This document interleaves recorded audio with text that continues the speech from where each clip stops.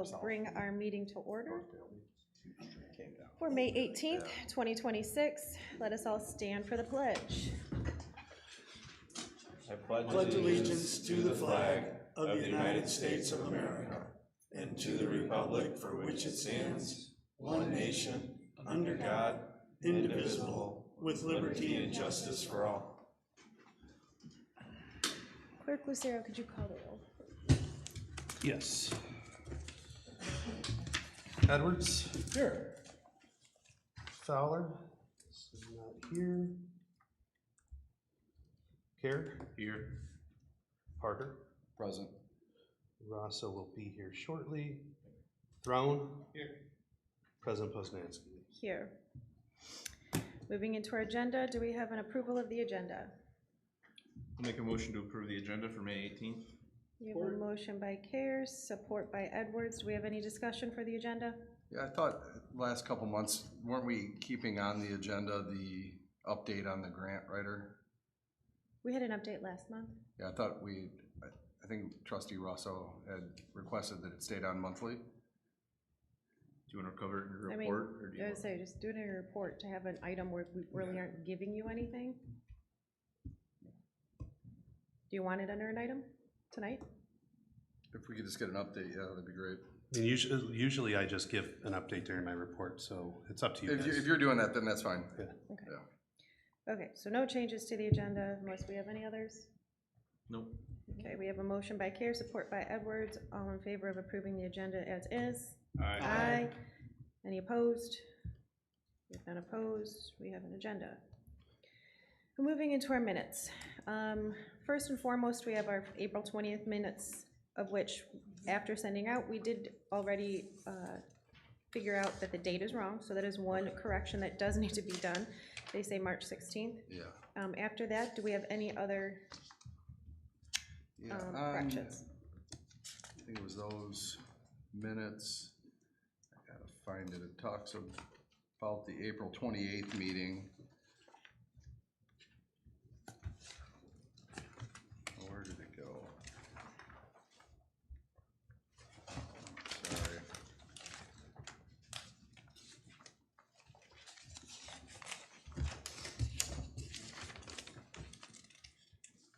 I took a picture of it and I can't find it.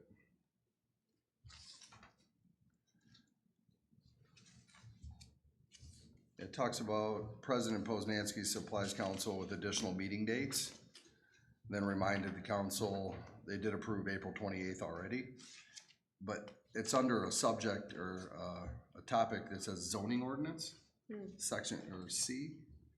Where is it, section C, which one, unfinished or? That's what I'm looking for. I took a picture and I noted it. Oh, you know what, that was a typo from the other one. Yeah, page 5, I'm sorry. Yeah, so I'll it get says that, zoning ordinance. I'll get that struck. So page 5. Yeah, page 5. Okay, got it. It's supposed to say that she supplied you guys with the zoning ordinance, but yeah. I'll have that changed. Any others for the 20th? Okay, do we have a motion to approve the April 20th? Moved. Second. Okay, so we have a motion, pardon me, by Parker, second by Care, with additions or corrections. All in favor? Aye. Do you have any opposed? Unopposed. You had your closed session meeting minutes. I was informed somebody didn't get them. Do we want to hold on those? Was it the one that I was at?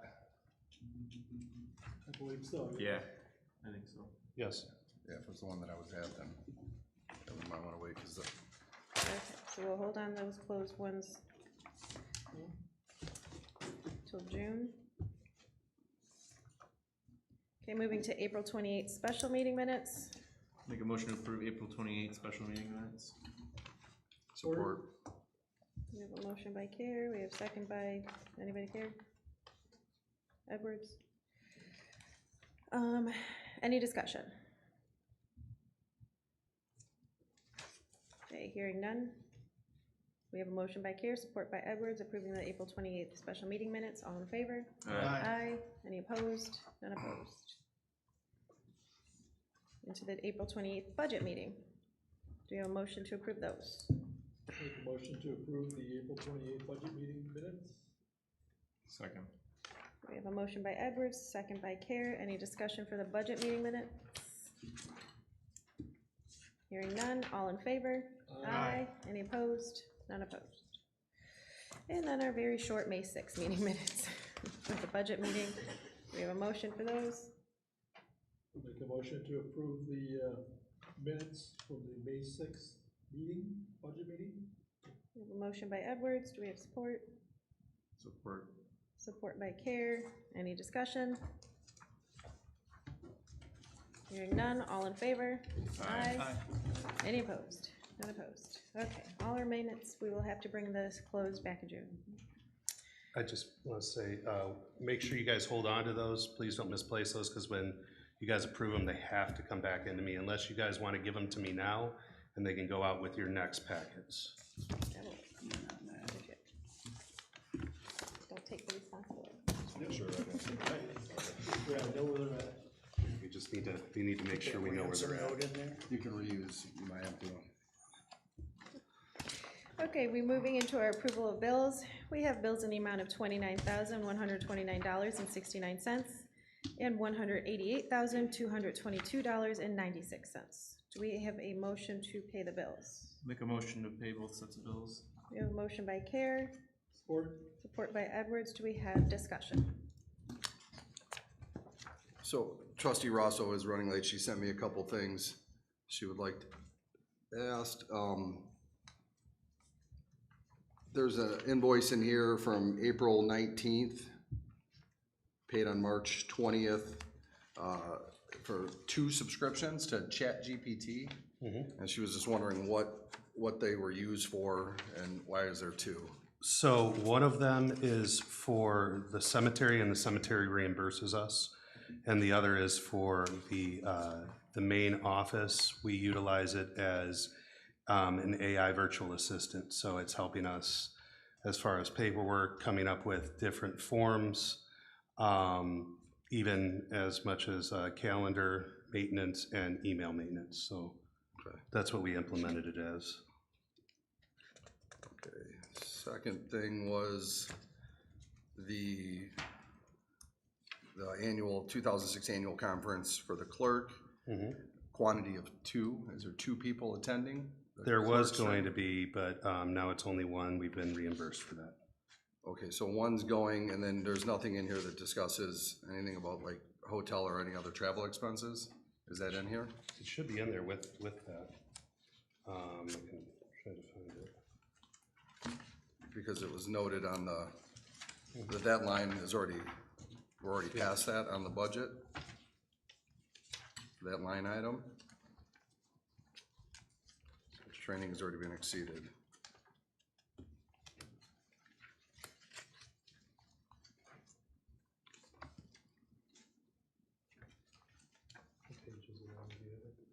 I don't.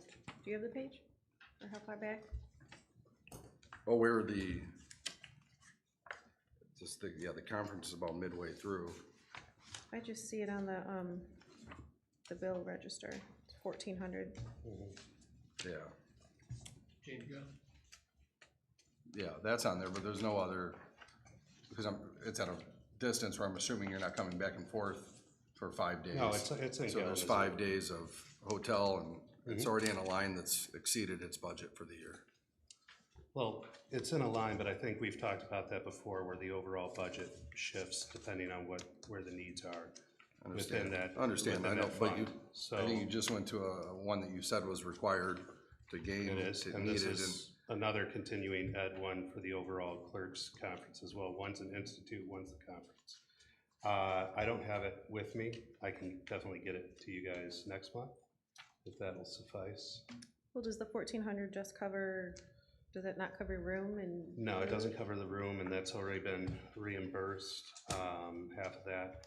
But the room, I don't have it with me, but that, because I provided all of that. Is that not, what's the hotel in Clare? The hotel in Clare, that probably would have been wastewater. Because our wastewater at DPW just went to trainings as well. There is a hotel stay in here, but it looks like it's for an officer. I only get the DPW and the wastewater Yeah, trainings. We don't see that, so it's kind of hard to approve that without the full amount, and then if we're doing a budget amendment. Well, you shouldn't have to do a budget determine- amendment. Well, it's on the budget amendment for your line item for, I believe, because you were exceeding that line item. But again, we've spoken about how I within a understand, but if we're gonna fund. do an amendment and we don't have all the facts and all the information in front of us, There are budget amendments in here, yes. I don't know if that's part of it. Like I said, I don't have that. I can get it to you guys next month. Certainly, but I don't have that with us right now.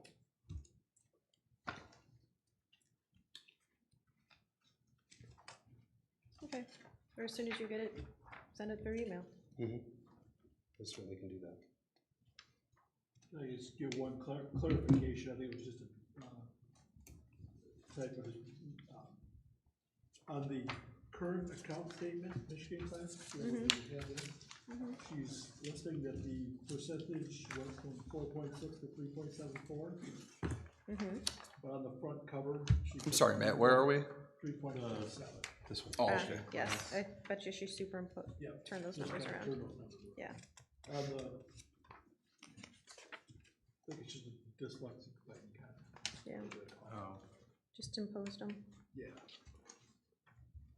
I don't know which one's right, I'm gonna guess the one that they printed. 3.74, 4.7, 3.47. but yeah, we can verify that too.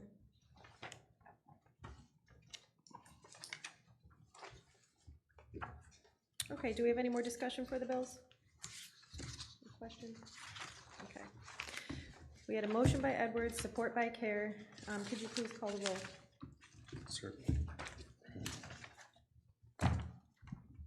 One second.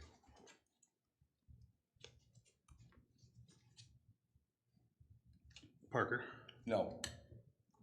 Care, Yes. Edwards, Yeah, Throne, Yes. President Poznanski. Yes. Okay, we will find those answers though. Yeah, like I said, I'll email it out tomorrow. We'll get it sent out to you guys. To our presentations for the DDA.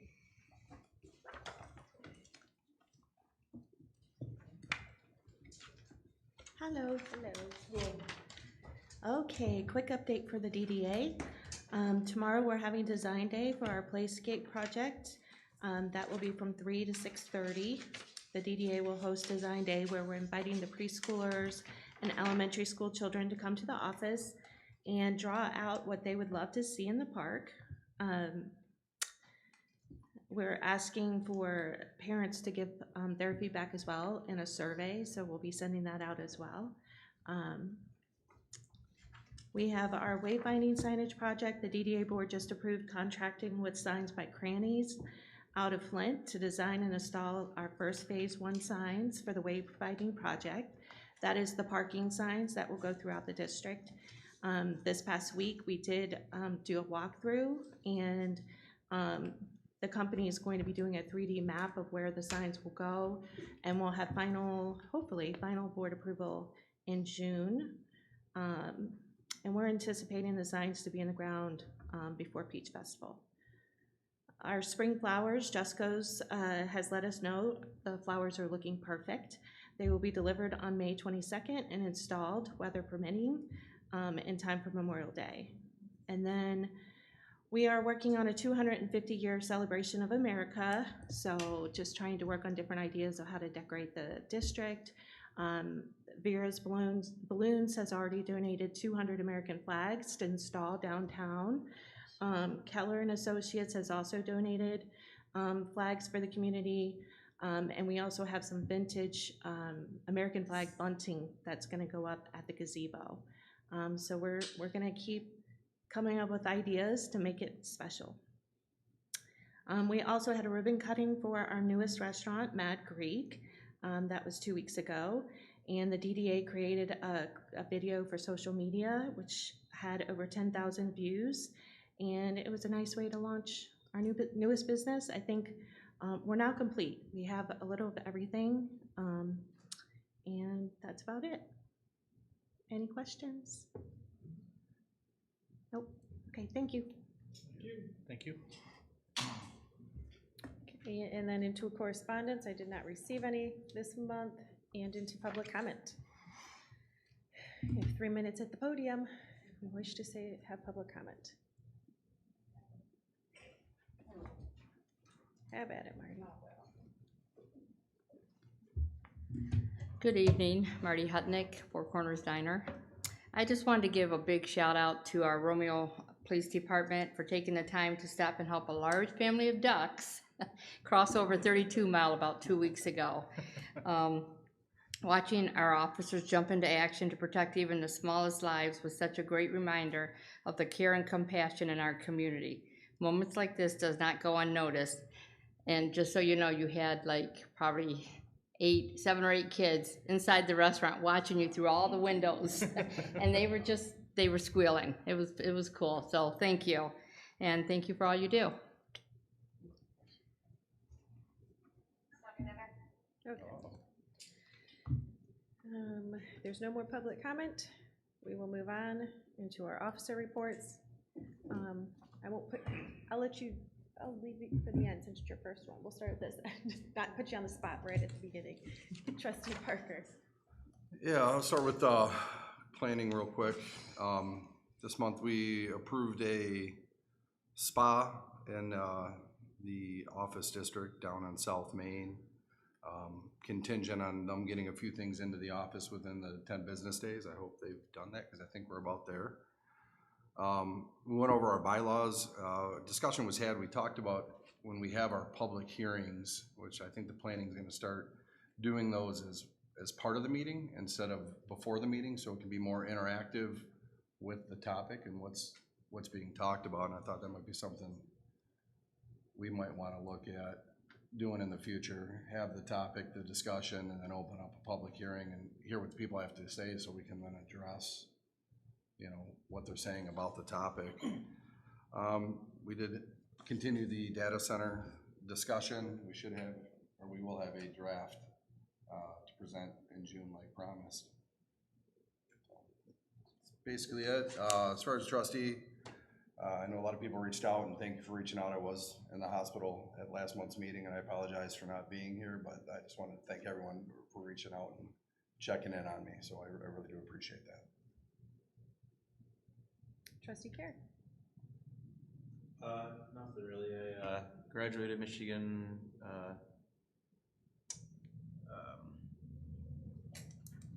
What a brain fart. Asset Management Champions program, and I donated my meeting pay to Gleaners this month. Trustee Edwards. Just wanted to mention that the Romeo community lost a very big member of the community, Dick Farrier, and he was a big part of the Romeo Historical Society and knew just about anything that ever happened in this village. He will be missed, so just wanted to put that out there, and please say a prayer for his family. Thank you. Trustee Throne. Nothing at this time, other than excited for the first official board meeting for myself, and honored to be able to represent the villagers. Okay. Chief, would you like to be next?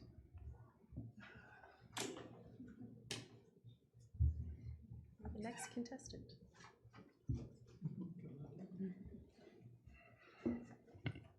Thank you, Marty. That was nice of you to say. We're always glad to help, big or small. What's that? It was entertaining. Yeah. Yes, I'm sure it was. It's more difficult corralling a bunch of chicks than you think. I don't have a lot to report on tonight, other than to tell you that both of our Tahoes are back, full service.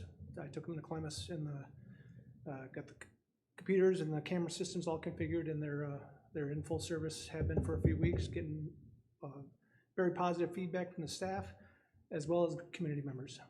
So if you have any questions about those, or there's one outside in the parking lot if you want to see it after the meeting, it's here.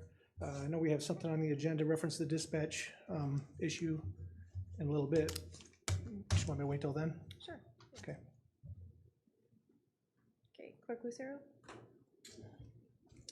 Yeah, so we're still at the point where applications have gone out for the grants that we had in process, so it's right around 900,000. We looked into, so we're still waiting for any kind of response on those. The brick grant was finally released again. It was overturned by a federal judge. We didn't have all the data that we needed for to really be a brick recipient. We tried to apply for a little bit of a brick grant to get some studies done and everything else for wastewater, because we could get a brick grant that would essentially, if we got the entirety of it, we could double our facility. And we got a call back saying, well, we don't believe you to be urban, which is kind of funny, or not urban, rural, which is funny because if you go to the census, there's two different classifications for Romeo. One of them says if you're not classified urban, then you're automatically by default rural. And then the other one, the other map that they use lops us in. So it's from 23, it goes all the way up the corridor and then hits us and circles us, but not Washington or anybody else. So we're trying to fight that. That's where we're at with that. Trustee Rosso wanted an update on the bond for the clerk. We're still where we're at with that.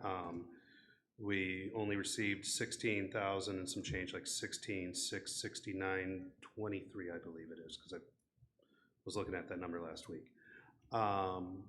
They still push back, but I have made some headway with our main rep about the AT&T contract, and he believes we have a good case, so we've thus escalated it. Just in the interim right now, we're escalating it. So hopefully we'll, at the very least, get something back from that. And I don't know that exact number. It's 47,000 and some change, wherever the village decided to sit. I think it was 75% of 61,000, something like that. And then lastly, I'm reporting that I stepped down from the contract negotiating team because I can't in good conscience be part of that team. There are members on this body who believe that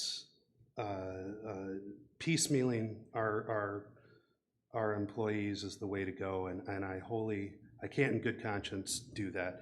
Our employees, that is bad practice. For the better half of 3 decades, any financial mismanagement or misgivings of this village, we have routinely asked of our people to bear the brunt of that, and that is not okay. It's unethical. They came to work day in and day out. They represented this village honorably and professionally, and there is an unspoken bond, or at least an unspoken contract when you work for an employer that if you do your job, you'll be taken care of, and that just simply isn't the case. And I can't sit back, and I've been reminded multiple times I don't have a voice. I wish I did. I wish at least you'd consider it. But I won't sit idly by, and if we're truly, I hear it all the time from members of this body that they care about the residents. If you truly cared about the residents, then you'd care about our employees first, because they are the reason. They are directly connected to our services here in the village. They are the reason we have the quality of life and the standard of living in this village. And if we lose any number of them, that goes down exponentially. You know, we talked about issues, financial issues, and that's the reason we're even flippantly talking about cutting departments. And I think it's bad. I think it's bad form, bad choice These people dedicated their lives to this village. And to so errantly just throw them aside doesn't sit well. And that's my report, and I am not open to questions or concerns.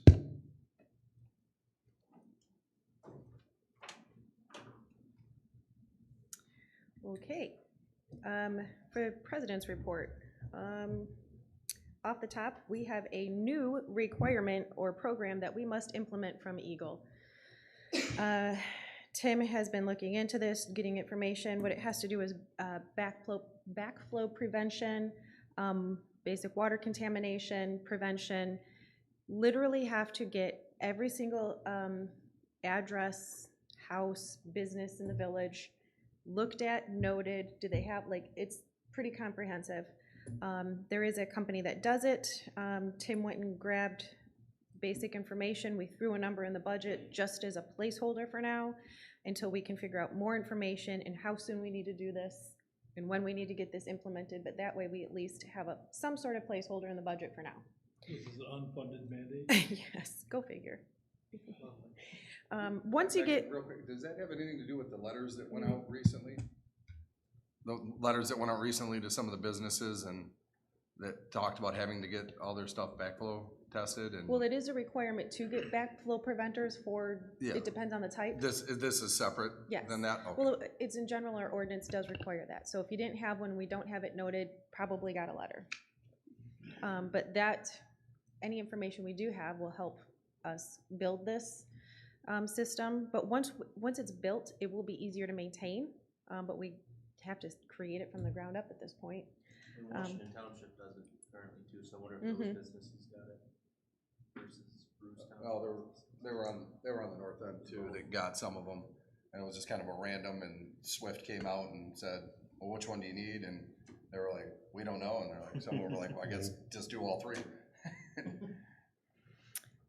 Secondly, some meeting room updates. If you see our seating is a little bit different. I had some discussions with Trustee Rosso, and in some of our budget meeting discussions, we have funding available for the meeting rooms. So it was let's see what we can do to update the room. So the first thing was easy, what we already have, trying to play with seating. How can we all see each other better? See if we can't build something more professional here. I will be, or one of us will be getting some quotes for paint. I don't know what color and I don't know how, but we're gonna move forward with something a little more warm and inviting in here, maybe keeps calm. We'll look at color palettes for that. But when we get numbers, I will bring those back to the board and such. Other things that have been going on in the office, we've had our multiple budget meetings. I attended the cemetery meeting as they were speaking about their budget to hear from them what they're asking for. Got our bond team together. You'll see some of the information here later in our packet. Had our monthly check-in with HRC, and I will be applying for that SEMCOG, the planning grant. The last one was for the CIP. This one's for the sidewalks. I'll let you know in a month or so what they say. Continue on with the union negotiations. Have met with our insurance representative. Had some pre-planning meetings that I attended. Addressed some ordinance and complaint violations. Attended our monthly DDA meeting, and then from there, just a few things to keep an eye on. Our Memorial Day parade and ceremony will be this Monday coming up at 9:45. Meet in the Village Park. If we're walking in it, all of us are invited. This is your personal invitation. This is as much personal as it's gonna get. Meet at 9:45. We will walk east to the cemetery at about 10, and we get up there in about 15 minutes, and then we will have the ceremony. And our keynote speaker this year will be Congresswoman Lisa McClain. Just as looking forward into the summer, June 11th to the 14th is the garage sales for village-wide, tri-community-wide, so put that on your calendar. Further into July, we have Porch Fest on July 18th, 1 to 7 p.m., so be looking for that information. Save that date in your calendar now. And then I wanted to give a congratulations to our newest Peach Queen for 2026, Eden Eisen. She is actually a Romeo High School senior. She will be graduating and going to U of M this fall, so that is exciting for her. And that is it for my report this month. Do you want to also, real quick, to piggyback on the Memorial Day, I forgot, if any of you guys would like to help us, I don't know if you're doing it again this year, Megan, but Thursday, Friday, Mitchell does need a little bit of help in the cemetery to flags. beautify it. Oh, let's say put up flags. Well, put up flags too, so if you guys want to get a weed whipper and come on out and just hang out with us, I'm gonna be out there. Last year, Megan and I went, Wednesday, Thursday, Friday, in some capacity, so if you guys want to come out there and grab a weed whipper, that'd be great. I'm sure Mitchell Now would put that appreciate on my it. resume, 0 turn in a cemetery. Okay, moving into our committee reports. We took off our other committees and left on Bruce Sewer, but do we have anything to report? Okay, it is just there. And into our unfinished business of our dispatch purchase proposal. So we think we finally have it all set here. Chief, if you want to come on up, you are welcome.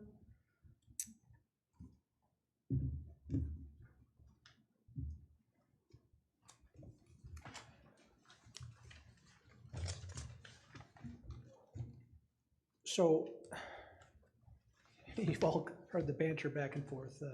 The response times went through the roof with this transition.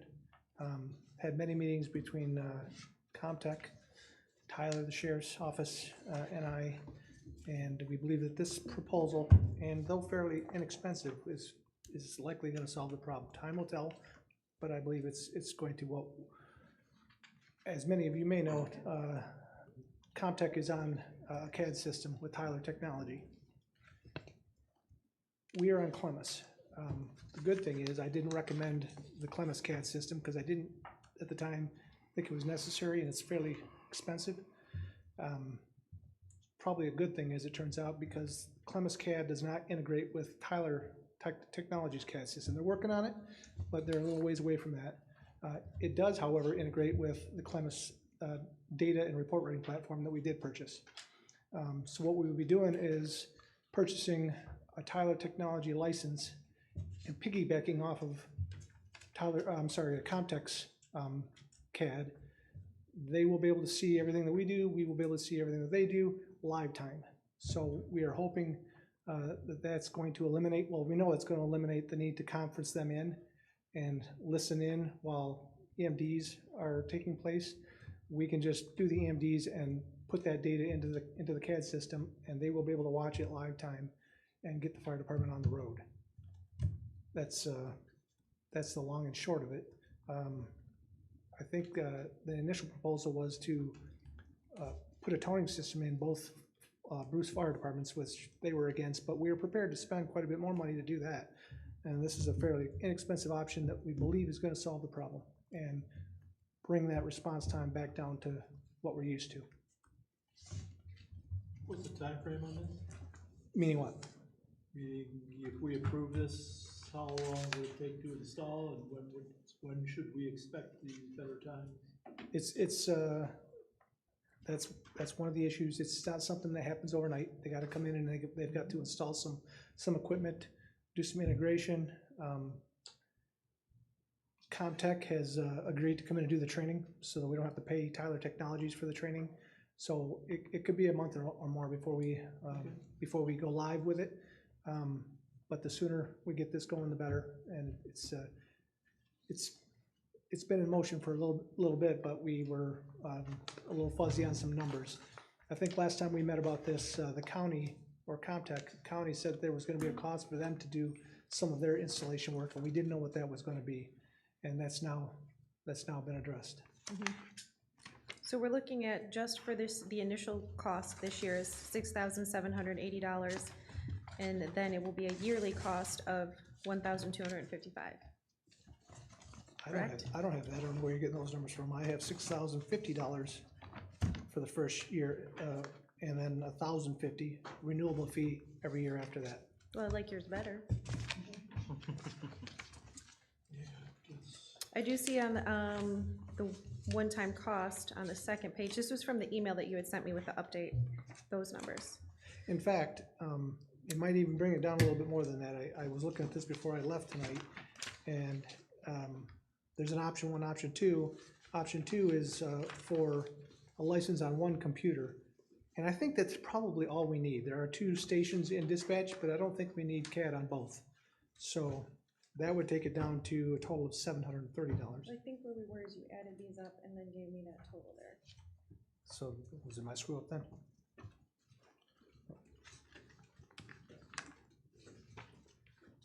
One of my questions, Chief, was gonna be how much of an impact on operations would it be between the 1 and 2 PCs? Like, how vital is it to have? So that's why I think that we probably can try it with one. I think that's gonna be sufficient. We typically only have one dispatcher working on one station at a time anyway. So that second license, that second workstation is most of the time not operating. The only time it is when we have a large function in town, like Peach Fest. We'll have a couple of dispatchers working during some of the busy times, but I still don't think that's gonna, just one CAD workstation is gonna affect anything. There's only one of them, even when there's two working, there's only one of them answering the 911 calls. The second one is usually there to handle people at the front desk and all the other things, the commotions that are happening with a larger crowd in town. So With that, in that situation, what would happen if the one computer that has the programming freezes or we have an issue? Would it be beneficial for $500 some to have that other one there as a backup to continue a call and continue moving and you know, in an emergency situation? I see your point. That would be a backup, a mechanism to back up the original computer, the one Or CAD if mass casualty comes in workstation. and we have to throw someone else in dispatch to start fielding calls, we got someone else at another chair that can at least be inputting something. Understood. That's those are good thoughts. Yeah, it's a good thought. Yeah. Exactly what I was thinking too. So other clarifying question that I had, sorry, Justin, No, just go real ahead. quick. If we were to implement the Tyler CAD, that would effectively allow us to tone out Bruce Township, is that? Well, yes, one of two things can happen. They will see it live times, so they can continue toning, or we can get the ability to tone. That hasn't been quite decided whether we're gonna go with option 1 or 2. I know that in my last meeting with Comtech, they would like to keep the ability to tone and see how that plays out, see if the numbers come down. And I'll keep track of them. And if it doesn't, they said we can make a transition and connect the ability to tone ourselves. You had mentioned something about them coming and check in for connections and stuff like that. My understanding on this is this kind of makes us somewhat of an extension of the county dispatch to some percentage or whatever.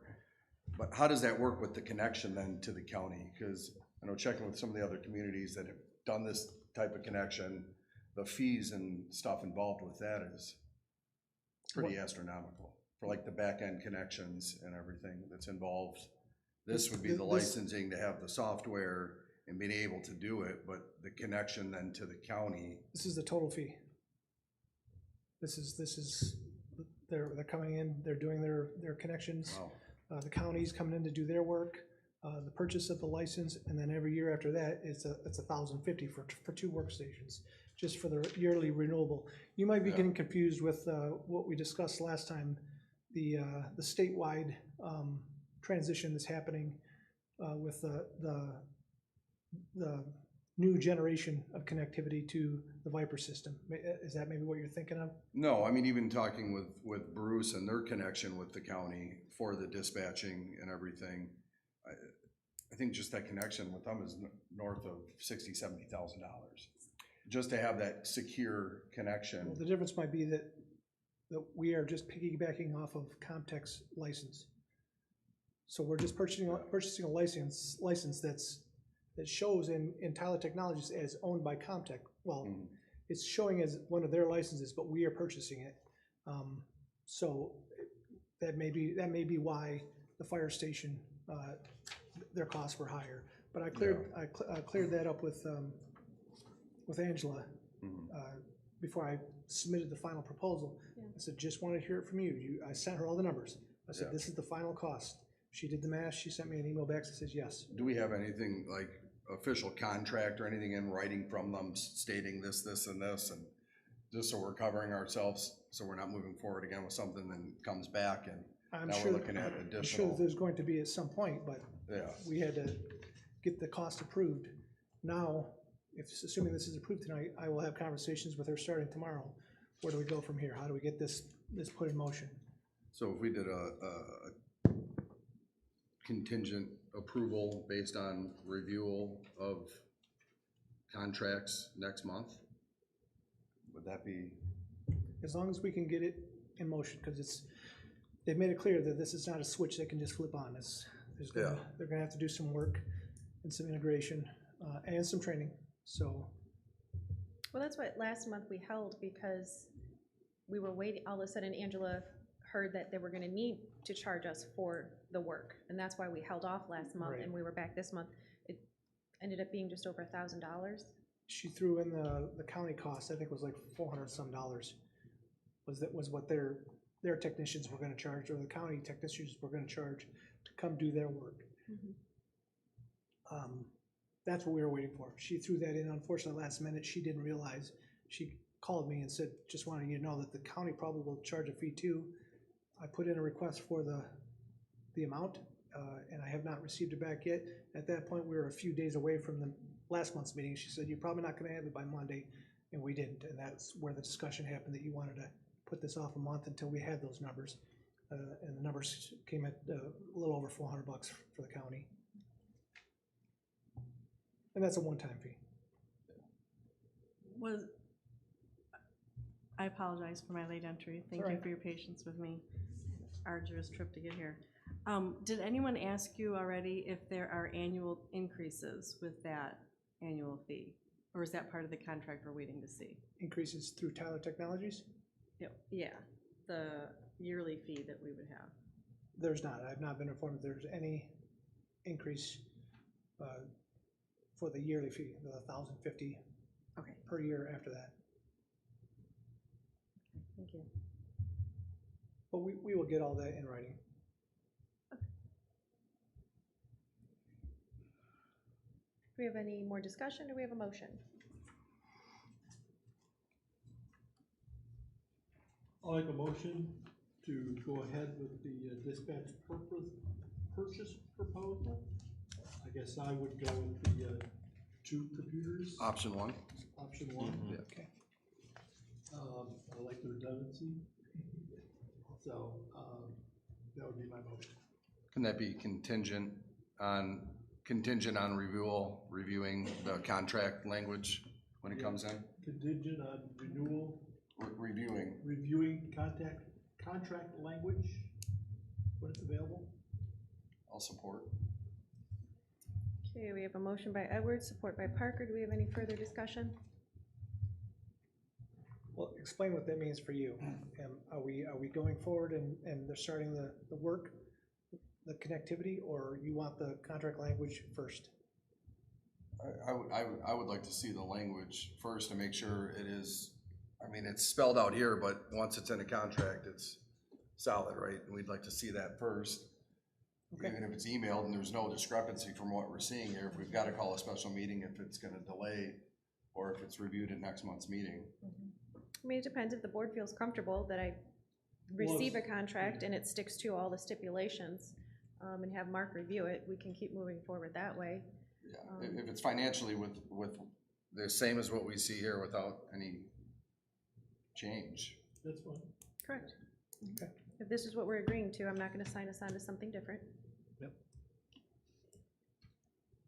You gotta redo that. And depending on the time, like the time frame, if it happens to be close enough, then sure, let's throw it on the agenda. But if Well, I can yeah. get it done sooner, We should have several budget meetings too.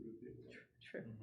I'm gonna ask you, Mr. Edwards, would you mind amending your motion that allows for President Poznanski with, because the way it's worded right now, it does need to change. If you guys are agreeing that President Poznanski, that would suffice with President Poznanski and Mr. Clerk reviewing it, you guys are good with that? I'm just gonna ask just for clarification. Just to clarify, I guess I would like to add that President Poznanski get a review along with Mr. Mark Clark to see that the numbers are what we're voting for, and if so, move ahead with the project. My support stands. Thank you. If we don't have any further discussion, could you call the roll? Yeah. Start with Rosso. Yes. Throne. Yes. Parker. Yes. Care. Yes. Edwards. Yes. President Poznanski. Yes. Okay, moving into our purchasing policy. I did put a bit of history in here. I was thinking of new trustee Throne in that we're asking him to jump into something that we've been working on. So I did a little bit of deep dive, included the minutes from where we started, so you could see the trail, where our purchasing policy started, and kind of where we've evolved to since September. So that we're all up to date on that, and that you could easily, or as easily as I tried to provide you, follow along in this. I appreciate the consideration. Trustee Rosso did provide me with this. I don't know if you would like to speak to the most recent draft. I will some. I got involved on the coattails of Trustee Parker as well. So what we did was anything you see crossed out with the line through it was already in there. And a lot of what was removed was just repetitive. It would be in multiple sections saying the same thing. The yellow that's in there is either added or just a grammatical change. One is a question, but we laid it out differently so that it's by amount. So if you say, okay, this is how much I need to spend, what is the policy or the procedure? If this is what I'm gonna spend, what's the policy or procedure? If it's an emergency, what do I do? So hopefully it's a little bit quicker reference to look at, and I think President Poznanski, you mentioned at one point, like there's so many different amounts. So we kind of took everybody's input and put it together. Overall, I think, Trustee Parker, if you have anything to add. Yeah, the one thing I noticed when the draft came through in the email, I believe on section 1, general principles, when it talks about the minor purchases, I thought, Trustee Russell, we discussed upping that to 300 instead of the 100. But then there was the question with that, we have no idea what we keep in quote unquote petty cash in the office to reimburse stuff like that, so we didn't know if a minor purchase of less than 300 would even be sufficient. Sorry, it's the backside of page 1, it starts with 300 or less. And that's generally the petty cash, and you'll see the question in yellow, how much do they keep on hand? Was 300 a realistic number? We don't know how much they keep on hand, if at all, so that Oh yeah, thank you. would need to be addressed. Good question. I do not know the answer. I don't touch the money. It's typically about 500, but we don't, I haven't used it. Usually if it's around 300 or less, if you bring in a receipt, oftentimes Rebecca will just cut a check instead of doing petty cash. That way it kind of gets over that little accounting hump right there. Paper trail. Yeah, Okay. there's more of a paper trail there, yes. Right. So should that be then included, and purchases from X to 500 are done by a reimbursement check? It does say it can be invoiced or Yeah. paid by, I mean, I would log the receipt and everything kind of similar to an invoice. At that point, I think you're kind of stepping over yourself on that one, just getting into Okay. that. That language is in there, we were just discussing changing the dollar amount. Mm-hmm. The bid specs stayed the same. On the very front, the intro and the objectives were pretty much the same.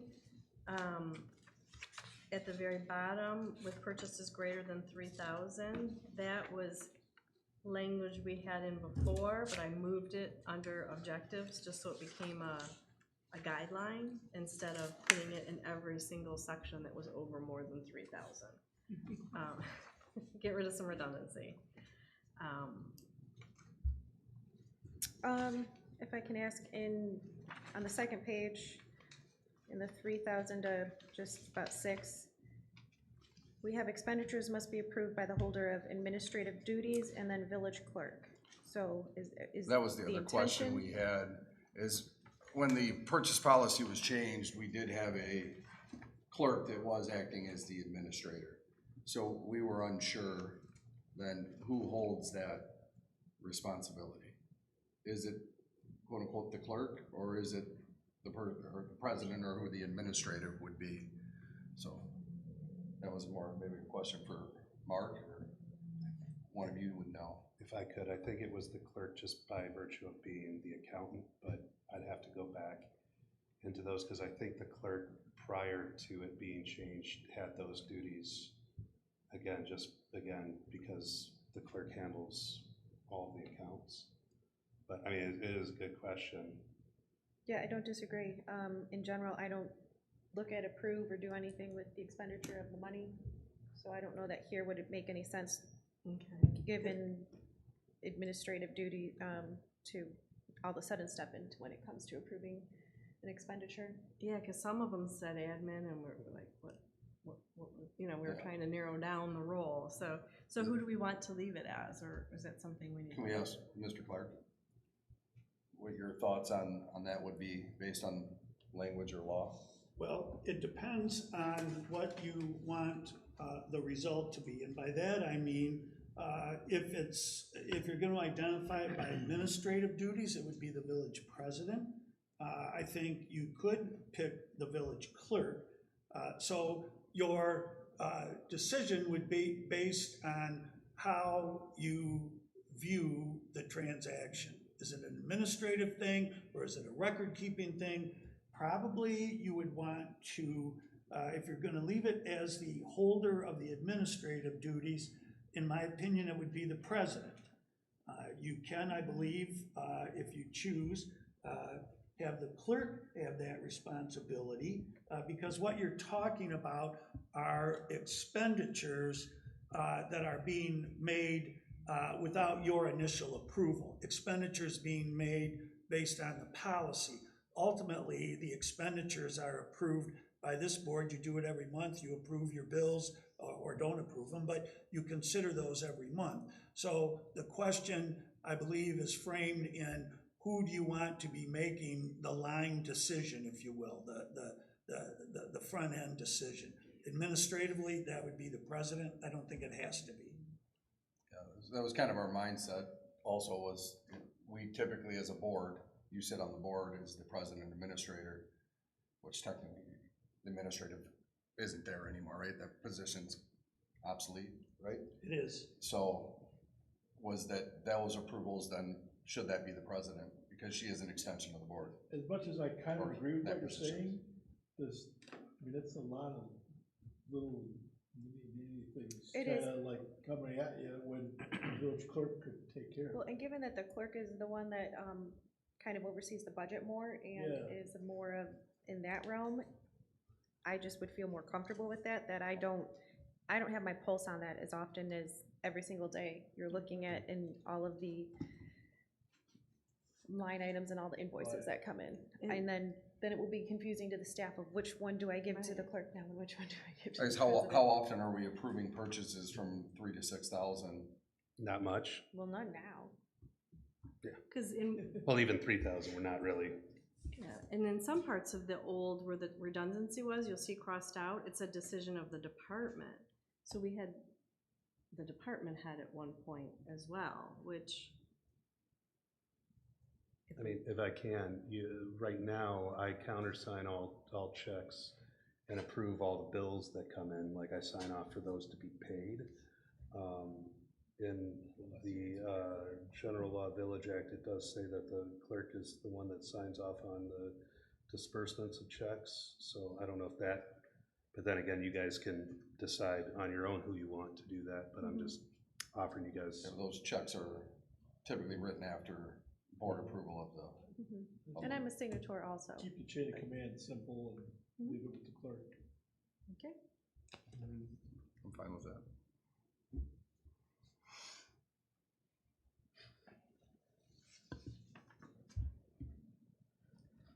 Couple things I noticed was just mirroring language throughout the sections. You know, for example, in the 300 or less, this is minor purchases, you know, referencing sort of the brackets that you've established. the following purchase of less than 3,000, how does that, grammatically speaking, just trying to make sure things are clear, concise. Clarity is kindness. And then same with the 3,000 to 6,000, no really reference to the bracket, but then you see it carry through purchases greater than 6,000. And then the one below it, just again, trying to make sure that that language matches each other. Yeah. I would propose including definitions of that, just again, so that it mirrors the numbers above. And I think the big question that I had was, other than the amount difference, what is our drive between the difference between the 6,000 to 19,000 expenditure bracket versus the 20,000 and up? Because in the $6,000 to $19,999, I asked for 3 comparable quotes, and being on the other side previously, there's been gray area when we talk about comparable quotes. If an expenditure has to be for a side-by-side, well, I can go get 3 different side-by-sides, all various, capacities, etc. But at the end of the day, they're 3 side-by-sides. So again, trying to understand the spirit of the measure of what we're trying to accomplish. What is the difference? And I just wanted to ask that to us as well, if that makes sense.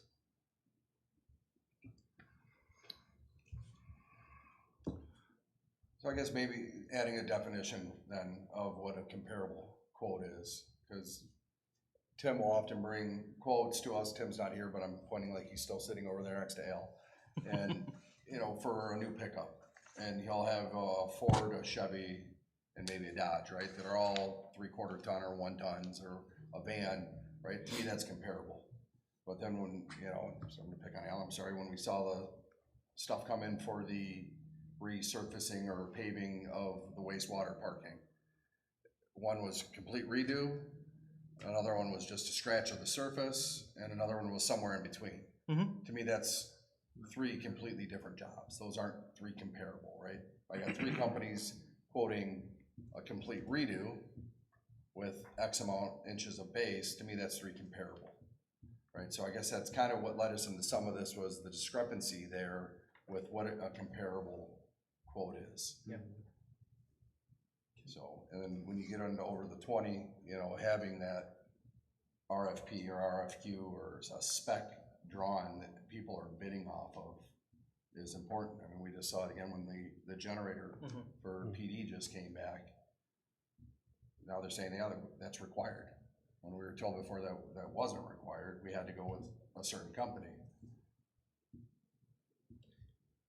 Can I also say, I think you guys should consider with your policy some kind of verbiage that includes state purchasing programs. I know when Tim, for instance, gets a new truck, or with the Tahoes that Chief got, the state purchasing policy, my deal, is developed so that you don't have to go through the 3 quote process. They're getting, the state is utilizing their purchasing power to negotiate the best possible price for that product.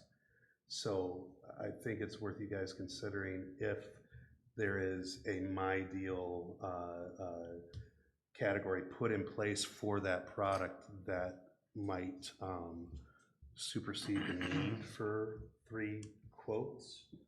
Because I'm I know, fine with that for the lesser amounts, but stuff like trucks, often it's not just one that's on there. Sometimes it is, but other things you can get more than 1 quote or more than 1 price from that state bid, right? So to have 3 quotes or 3 prices offered through that state bidding, I guess we could include language that would include that, but I'd still like to see it, because just because I'm a Ford guy, but Chevy's 15,000 cheaper, well, maybe we gotta look at a Chevy this time around. I would say that I don't know if you need to necessarily reinvent the wheel.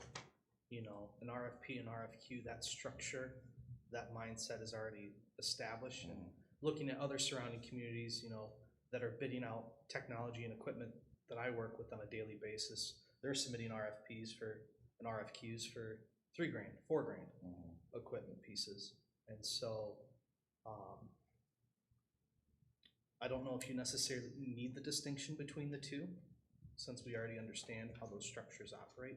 Again, just trying to identify a potential improvement for efficiency and clarity's sake. You think we could just group the $3,000 range into the higher ones? The $6,000, Yeah. 6 to 20. yeah, 6 to 20, and then the 20 and greater. You know, So just make it It's the same amount of effort, yeah. 6 or greater. yeah, it's the same amount of effort. They're going out for 3 comparable quotes.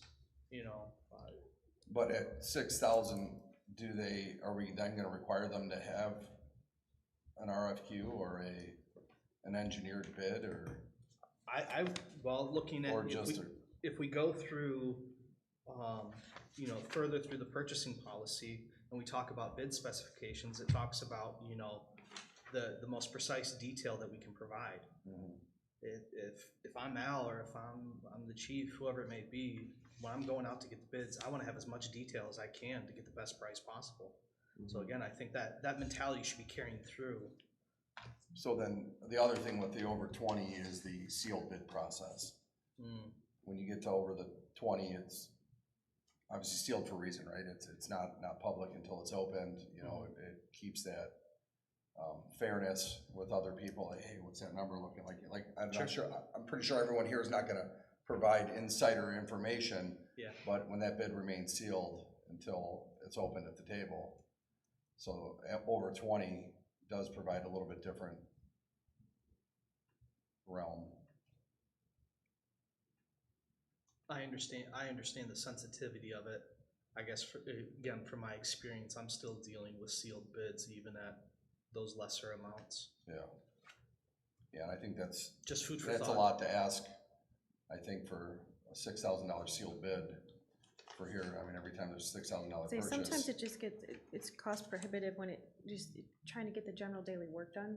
Okay. Some of the parts that Al or Tim might be working with, I think more so Al at times, given the components of the plant, some of them multiple times cost that amount of money, and to continue to do that actually then sets us back. All the steps, could be 2 months before, then I gotta, okay, the meeting's in three weeks, Al, I'll let you know at the meeting, and then he gets to order it, and then do you know what I mean? Sometimes it's just absolutely. No, I prohibitive in a understand way. Yeah, and some of this, the same thing with Al, a lot of the stuff is a single source. This pump needs this piece, and this is a single source, and that's kind of spelled out here also, where that should be included, yeah, that information in our packet ahead of time, so that when we sit down, we know it's single source, right? And I think it talked about that in the original policy also, where that information's provided ahead of time. Well, I think to some of your point, Zach, what we're trying to do here is ensure that everything is being looked at and appropriate, but at the same time, make sure that work doesn't get slowed down or held up by us. Yep. So it's this, you know, where are we landing here? A little more lenient as the lesser dollar amount. You know, we put faith and trust in our department heads and our leads to make the good decisions. I'd like to maybe see a definition for an emergency. I mean, anyone can kind of categorize something to their department that might be an issue for them as an emergency. But just kind of set some boundaries on that. And I've always hated the first sentence of that policy because it does nothing for emergency purchases. Oh, Emergencies almost I always know. occur as a result of a shortage. I know. It's not even relevant. I know. What do you propose? Just define what an emergency is. The rest of it's fine. Just that first sentence Well, has that's no what- relevance that's what to the I meant. policy. How would you define emergency? I don't know. Maybe we can just look at other communities and see what they do. Yeah. But if the cemetery thinks needing more paper for the printer could be an emergency, it's just, we gotta define it to a degree. Is it health, life, safety, you know, pressing? I think it's I to do think with we can impact. clarify it to some degree. Impact to, I mean, generator went down over Thanksgiving. Well, that generator is the backup generator to 911 system. That's Or an the emergency. water main. That's an emergency, yeah. We have a water main break on 4th of July. It's some sort of Health, life, safety, catastrophic, or it's gonna be impactful. way more expensive tomorrow as opposed to today. A lot of times emergencies are more expensive right now because you need them right now. Emergency was defined in here somewhere, I'm not I sure. thought we fixed it before. Yeah, I don't know how it if got lost dropped in out, drafts or. but I can look for it. It was like the health and safety. We had that of the conversation, I residents. remember it, yeah. I'll see if we have it in the original. I think I have the original on my computer. I got it right here too. I don't know if we defined it or if we just took that one line out or. I'll definitely take the first line out, either way. Speaking of the emergency purchases, jogging my memory here, I thought there was also a conversation or a discussion about adding in that if those emergency purchases take place, that the board has to be notified within a certain time period. Yeah, I have that in the, so I'm thinking what happened is the draft the working draft I sent you didn't have the other things in it. Oh. Because that is actually in the draft as of January. The village council will be made aware of such emergency purchase by email within 72 hours. It's in that one. Okay, so I. So we need to like take these and, Merge them? So we can still merge some stuff together. So do you guys mind taking this back and No, working on that's some fine. of the steps again? Yeah. I appreciate it. So can you send me the January most recent one? It's then, in the Megan? minutes. They're in the. A workable one. Yeah, the one from 2012 doesn't have, it has the same verbiage you have too as far as emergencies. There's nothing defined. The one you're talking about, Megan, has the one, right, but so I don't have to retype the whole thing. Would you mind sending me? yeah, I can just scan it in and it Or you want it? makes it a PDF and I'll send it over. Yeah. Okay, great. I that think the will work. last thing I saw was that under the objectives, we talk about to purchase the most acceptable quality supplies and equipment and contractual services at the lowest price, but then when we talk about quotation, evaluation, and selection, we describe it as the highest acceptable quality. Just again, trying to make sure language matches. Where's the other Well, one? you talked usually about? those are kind of things that are brought by the department head to this meeting, I would think. You know, if company A, B, and C, it sees the cheapest, but they're really cheap parts that'll fail in 6 months. Oh, sure. That's something that if the department head wants to buy company B instead and pay more money, that's usually something they come here and Yes, absolutely. propose to the board. Stuff like that would be nice though to have that explanation in the packet with the bids. You know, this is the one that I prefer to go with and this is why. So by the time we get here and sit down, we know exactly why that department head wants that quote over the cheapest one. Well, I've seen it on the cover sheet a lot of times, Yeah. that's. you I think know, these that- guys do that- that. Yeah, I'm just we're- reiterating. We're gonna, we're proposing this one because of this. Okay, do we want to make a motion to table or keep working or? Just keep working and bring it back when you're We'll ready. bring back some of the thoughts and for next month and then maybe get Mark to look at it legally and make sure. I like that. So just for my notes, you guys are bringing it back next month. Yeah, Okay, with that's changes Okay. based on discussion.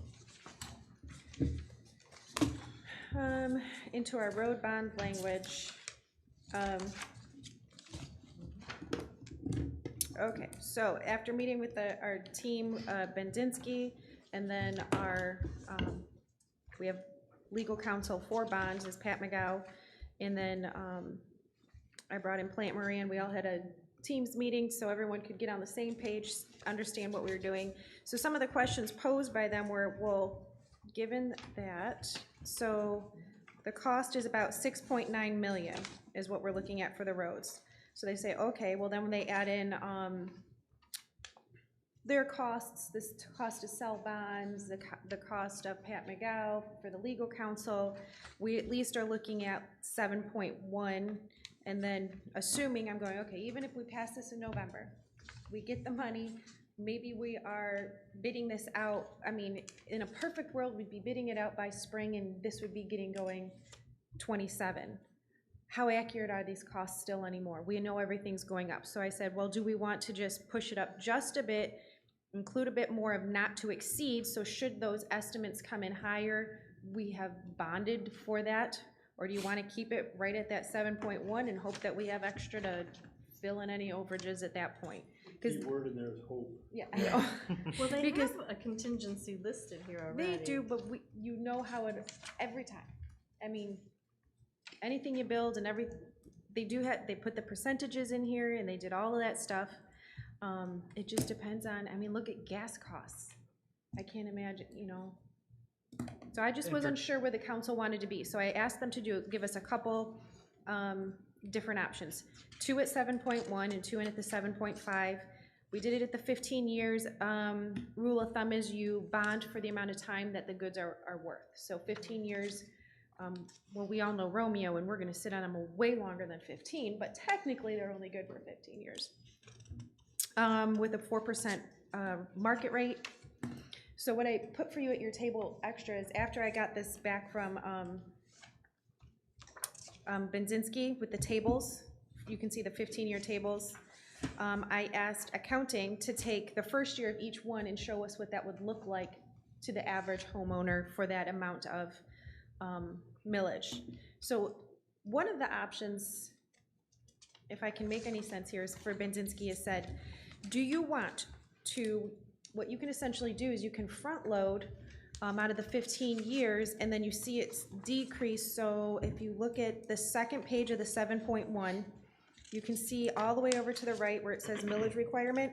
You can see how the first year starts at 2.5 and by the end of it you're at 1.7. And obviously your costs will fluctuate by that millage. However, going back to the first page, if you want the people to have a predictable amount and an understanding, kind of even it out throughout the whole life of the bond, you can see how it starts at 2.1 and even ends at 2.1 in the lesser, you know, changes. So those were kind of, that's the options for the 7.1 and the similar thing for the 7.5 where you can see an even spread, assuming the 2.2, and then if you fluctuate it and you front load it, and then it leans off in the lesser years. It's just how we want to, those are just the options we have to when you design our millage here. And then, I would say, I'd like the equal amounts. Me too. Across the board. yeah, it gives the Instead of going people heavy up front, cause someone stability. could move next year and pay the lion's share of, or in 5 years. And it gives pay them more. stability and predictability of cost. Yeah. And then when they see it moving, it's, you know, that way they know how to save. So then what I asked Plant Moran to do at what I had at your table this evening was to give you a general cost. If we're saying we like the two that are not fluctuating, let's pull out 7.5 and the 7.1. So if we stuck with those two, if you're looking at 7.1 on average, by the first year, the 7.1 is about $213 additional, and the 7.5 is about $226.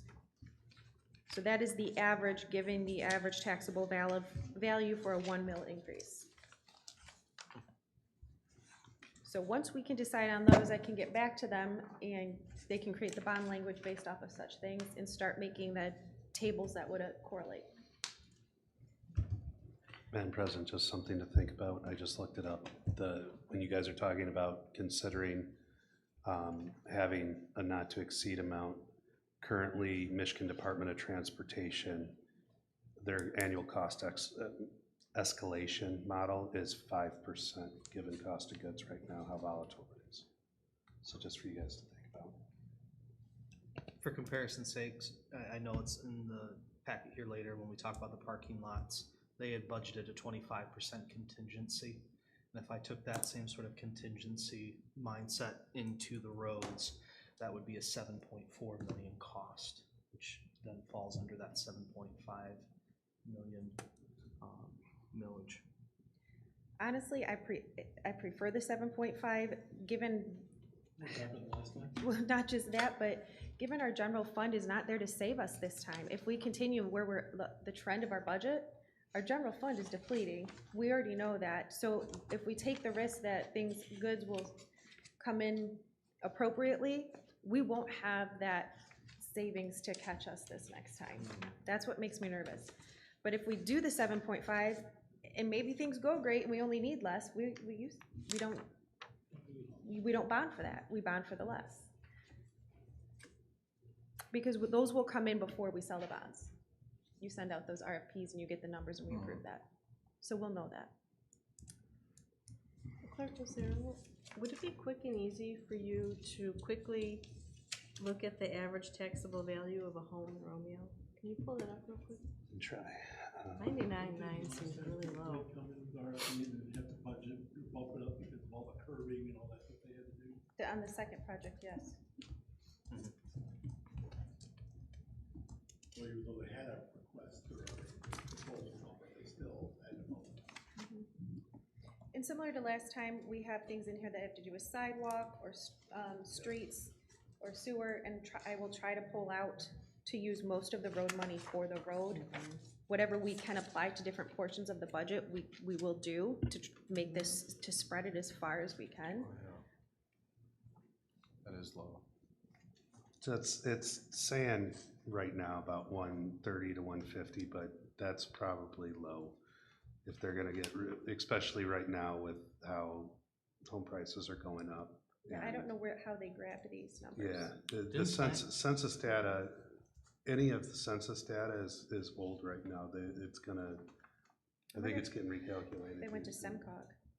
At our last budget meeting, I believe Plant Moran told us that our taxable value on the house was around 998. I think this number is pretty accurate, just from the conversations that we've had previously with Plant Moran. Yeah, she did pull it up really quick. I don't remember what she said though. Let me see if I can find something from census. Because we compared it against Lake Orion, their taxable value, when we were talking about, budget sizes, and Lake Orion's taxable value was around 225, 250. A lot higher. Yep. Yeah, I thought we determined that ours at that meeting, And then what was presented was low. Yeah, that's what I was, and it doesn't matter here. Tax statements, it's always a taxable amount, and it's always lower than theoretically what your real estate. Right, you double Right. it Probably generally. about half or double or whatever you want to say. Yeah. And it doesn't matter here nor there, I was just trying to figure out if, are we shooting high or low? Could we possibly have more come in? Because it seems like our taxable value might be a bit higher than Gotcha. what's on here. There's taxable value. Well, either way, Yeah. the major amount that we're going after, that will determine how much the people have to pay, but we're still looking at 7.1 or 7.5. And just to confirm, you said that we'll get the RFPs prior to it being bonded? Correct, because that's what you know how to go bond for, to ask for. Say we bonded for 7.5 and only needed less, and now we had this money that we had to spend on that, now we're, and the people are gonna pay for it, yeah. So Trustee Rosso, just to let you know, what census hasn't done a new one, but they're stating right now that the median home price in the village is about between 266 and 378, so half of those numbers is your taxable. We're pretty close to 150 then, taxable value. Yeah. So that Thank you. total cost per household at 226 is probably, 400? It's 1.5 times that. yeah, We're on 300. about 3 something, Yeah. yeah, 350-ish. I am not the numbers person. So yeah, you're pretty spot on. You're about 130 to 190. It's the taxable value in this in the village, but that's no census has been done yet. Okay. We can look up when it's gonna come. I think there's a new one coming out soon. So No, it's every 10 years. so it's gonna be $200. And it's every 10 years, actually. It's close, but not that close. They did one in 2020, so yeah, we're still a ways off, actually. Okay, well, if at least for now, we can figure out where we wanna be, this isn't determined right now, I just need to get this figured out so I can go get the language and come back next month with language. Yeah. I would go with 7.5, I mean, if we. 7.5 with even payments? Yep. Yeah. Okay, as long as we can take one step forward and then can clarify the rest of the stuff and have better estimates for next month. You good with that? No, do we, yeah, I mean, we can make a motion to do that if you'd like. So I can, Make a motion to proceed with 7.5 million at an even distribution. Support. okay, we have a motion by Care, support by Parker. Do we have any further discussion? Okay, hearing none. Could you call the roll, please? Yeah. Throne, Yes. Edwards, Yes. Parker, Yes. Rosso, Yes. Care, Yes. Poznanski. Yes. And then also I did, just to mention, I threw in the letter from Miller Canfield for the bond counsel so that you guys could see, estimated costs there. Our legal fee as bond counsel would be about $35,700. So there's costs in there too. Okay, into our ethics ordinance. Mr. Clark.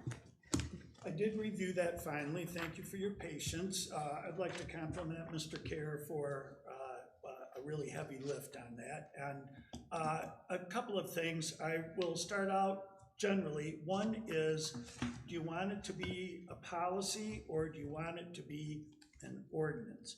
The reason I ask that is in the draft that you were given, I believe in February, if I'm not mistaken, it calls it an ordinance, which is fine, but there are no penalties. And so you have to, even if it's a policy, you have to, I believe, consider what happens on a violation, if it's a policy or it's an ordinance. There was not any language in there as to what would happen in the event of a violation. If it's a council member, you don't have the ability to expel one another.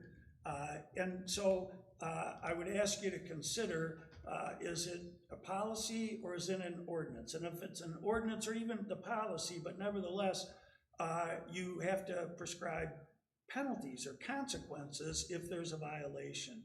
I thought some of the definitions, again, a Herculean effort to define so everybody would know that read it, who's involved and who's not involved. But there was some overlap. One part of it talks about immediate family, and it defines immediate family. And then in another provision, it talks about immediate family, doesn't define it, and says, any other person. So there was some difficulty, in my opinion, in integration, that to make the definitions clear, you want them to be specific enough, but sometimes when you err on the side of specificity, then you can meet yourself coming around the corner because the definitions are so specific that it either excludes everybody or includes everybody. So I think the definition, or some of the definitions were problematic. Another part of it that was, another part of it that was of a mild concern to me, the ethics board, I believe it's provided that it would be 3 people chosen by the council, again, which is fine. No compensation, again, that's fine. Only one of whom can live in the village. So the question that raises in my mind, who are you going to attract, or who would you like to attract to serve in a capacity that's unpaid in a community where they don't live? You would hope there would be some genuine people out there that would want to do good work, but that it could be problematic even trying to constitute the board. There was also an absence of language can be remedied. What happens if a council member is the object of the complaint There wasn't a mention made in there. I think it would be obvious, but nevertheless, that probably should be addressed. The council member, I would imagine, if accused, would have to recuse him or herself. But there was not a provision or provisions in there addressing that. The format, I think, as presented, and the format can certainly be changed. I don't think, or I wouldn't advise the council to be trapped by a format. The format was more in the nature of a policy as opposed to an ordinance. The purpose of each provision was stated, which again, I think is fine, but the separation or the restatement of purpose for every section, I think, is cumbersome. Can it be done? Sure. Is there any problem with it? No, other than I think it's cumbersome, and the more cumbersome something is in terms of a policy or an ordinance, the harder it is to enforce, and the greater likelihood is that there would be disputes or contention perhaps over how it's applied, how a provision is applied, and in what manner is the application made. But I think, and I apologize for repeating myself, I think you really have to decide, first of all, do you want it to be a policy or do you want it to be an ordinance? And then if so, I think it'll make it easier to go forward and sort out some of the inconsistencies, sort out some things that maybe overlap. And again, regardless of a policy or an ordinance, I think you have to prescribe penalties. You want people to know if they violate the ethics policy or the ethics ordinance, that there are consequences. As it is constituted presently, the February draft that I reviewed, there were no penalties provided. And so I would encourage you to think about that. I think part of our conversation, we did talk about that, but we weren't sure what we could. Right, we just kind of intentionally vaguely mentioned what the penalty is, what's allowable under general village law, but I think in general village law, it's only like written reprimand. There's not a lot you can do, at least for an elected. Mm-hmm. Right, you're limited, as I mentioned. For instance, you can't expel one another. Only the governor can remove you from office, or the voters, but between elections, you can't expel one another. So and would you want the penalties to be different depending on who the alleged violator is? Should the penalty be more severe if it's a department head than if it's a line employee? And sometimes I don't want to upsell you on nuance. You don't want to make it so nuanced or put so many fine points on it that it's 6 inches thick and even harder to enforce. But words matter, and what you'll be enforcing are words relative to the actions that are defined. And so I would give some thought to that as well. Any chance you have a really nice red line copy of everything that? Well, not for tonight's meeting, but I can, if you want me to, I can certainly do that. Can we slide you the purchase policy also? Yeah. I feel we're at that point where now we need the legal input, unless you guys feel differently. I'd like to see more. Yeah, I mean, there's a lot, I just want some of the stuff, maybe like some of the cumbersome stuff that you mentioned, or some things that are repetitive. I mean, we should be able to clear up some of that if you're able to help identify that. I mean, as far as the intention of whether we want it to be a policy or an ordinance, I don't really know the pros and cons of choosing one over another. It's hard because as it exists, it's a very gray topic. Sure. It's hard to define a lot of these things that we're mentioning. So Do we still have the subcommittee, or did we dissolve that? We dissolved it dissolved last month, I thought, because we went to Mark, so we thought we were done, but we can always. Sounds like, we got a We little can cocky. reconvene. sounds like another meeting or two. And You some- guys, could be yeah, warranted. you guys dissolved it with, I think the motion was that you guys could just continue the discussion here at the table now. Excuse me, and one of the things that is pertinent to what Mr. Kerr just said, you have things, whether it's an ordinance or a policy, if you have penalties, keep in mind that the village has a number of employees that are represented by unions. You have an AFSCME union that represents 2 bargaining units, and the Police Officers Association of Michigan represents 2 bargaining units. So the likelihood is, if the allegation is against someone who's represented under a collective bargaining agreement, that you're probably going to have to go forward with some type of punishment from the head of that department, which would be subject to grievance and things of that nature. So the tentacles may potentially reach a little farther than you may have intended or may have thought about. Mm-hmm. Yeah, I mean, I don't want to get in the weeds too much at this meeting about a lot of this stuff. If we want to reconvene and recreate the subcommittee we dissolved 1 month ago. Reinstitute the ethics subcommittee. Sure, we have a motion by Parker. Support. We have a second by Kerr. Any further discussion? Subcommittee of the same? I was about to ask, does that motion need to include the names that were on the? I think we're just gonna form it, and then, do we have to have the names in it, or? just No, I would after? say, if you're gonna say it, then at least say, like, you want the same people on that. Okay, so my motion to reinstitute the ethics subcommittee to include trustee Rosso, President Poznansky, and trustee Kerr.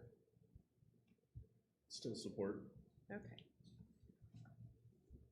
No more discussion, all in favor? Aye. Any opposed? None opposed. So I guess at this point, maybe once we get a red line copy from Mark, we can set up meeting date and go over it Yep. from there. Okay, sounds Have good. this done by next month. It's up to Mark. We talked about how long the purchase policy is taking. This one's been years. Yes. Good things take time. Okay, moving into our budget amendments. We have our third quarter budget amendments. Plant Moran listed them, and then they showed them to you in your accounting.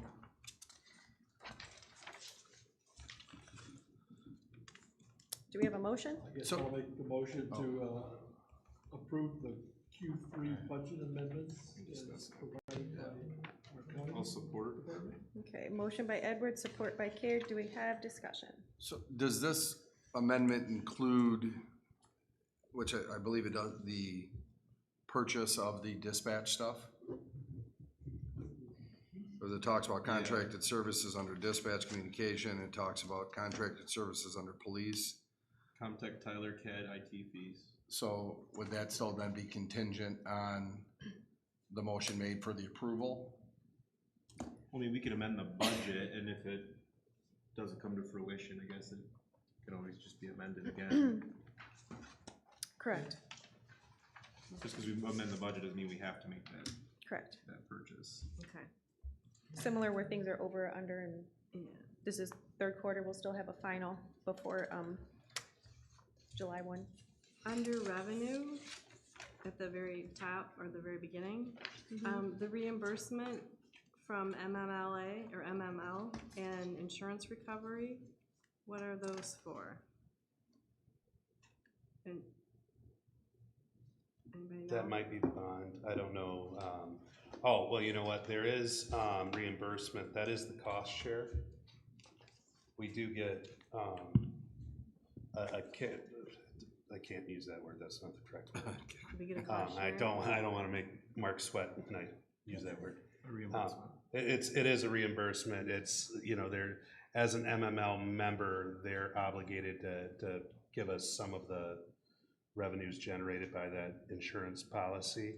So I think that's one of them, because I think it basically covers the overage. It goes up year over year, so if it goes up $9,000, we usually get like $8,000 back. It was $2,171. Thank you. Is that? And that's what it's for, it is. It's under the general fund, under the line items of revenue, insurance recovery.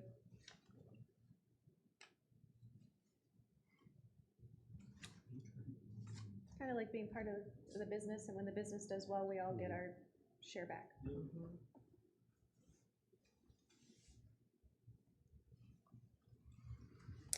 Police, we have had a bit of overage there, especially when it comes to vacation, a few different things there. We've had some prolonged time off, which requires them using vacation first, so that we had an overage of expenditure there that wasn't predicted, and then you end up with that, with extra overtime covering for people that have to sit out for an extended period of time. So some of those were just a fluke that happened this year, given department people.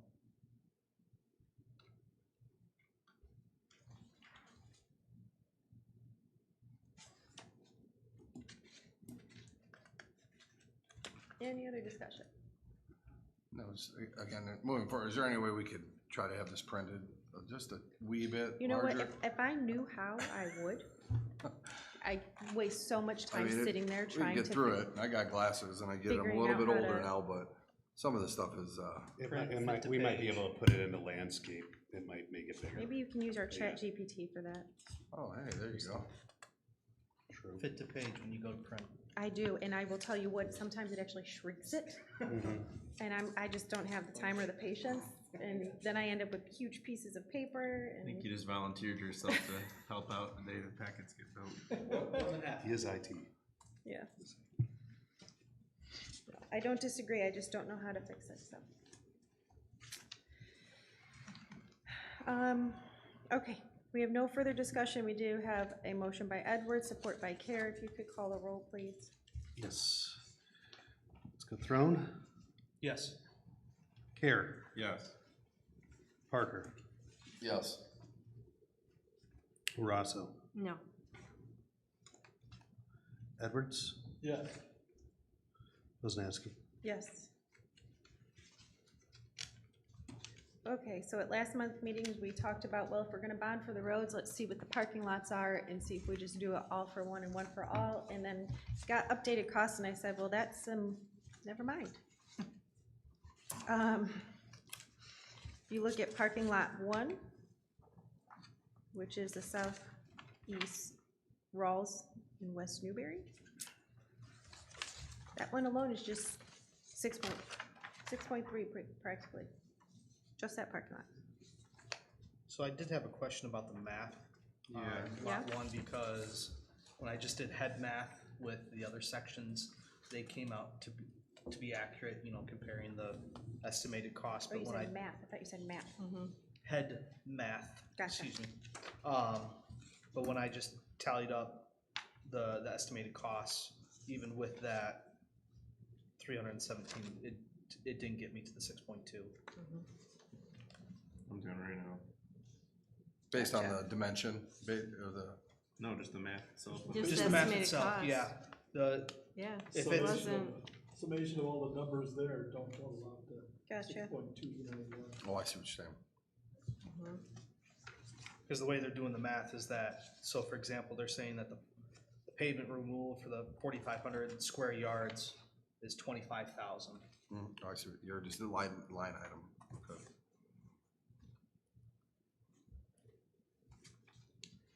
But either way, when we move on to parking lot 2 being 1.4, Sure. parking lot 3 about half, parking lot 4 just under 2. And then we have other management issues with them. For number 4, that one pushes it up to 2.6, 2.7. I mean, we're looking at the parking lots, even if the first one is off, look at the rest of them, we're at, what, 5 million already?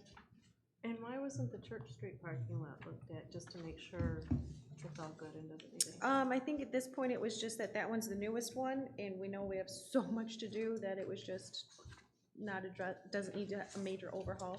That's more of a maintenance, I guess, at this point. So is anybody looking at it to know what maintenance it needs? If any? I mean, I'm just, We could look at it with our crack ceiling and such. That's a good question. I think for this, I mean, obviously, they did not go review it. that was not part of the intention here.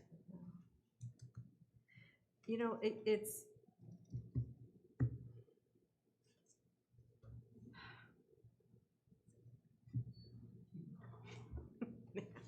Pancreas is, oh no, it's not you. It's not a popular thing to say, but all of these are in the DDA. And I really, really think there needs to be some more serious discussions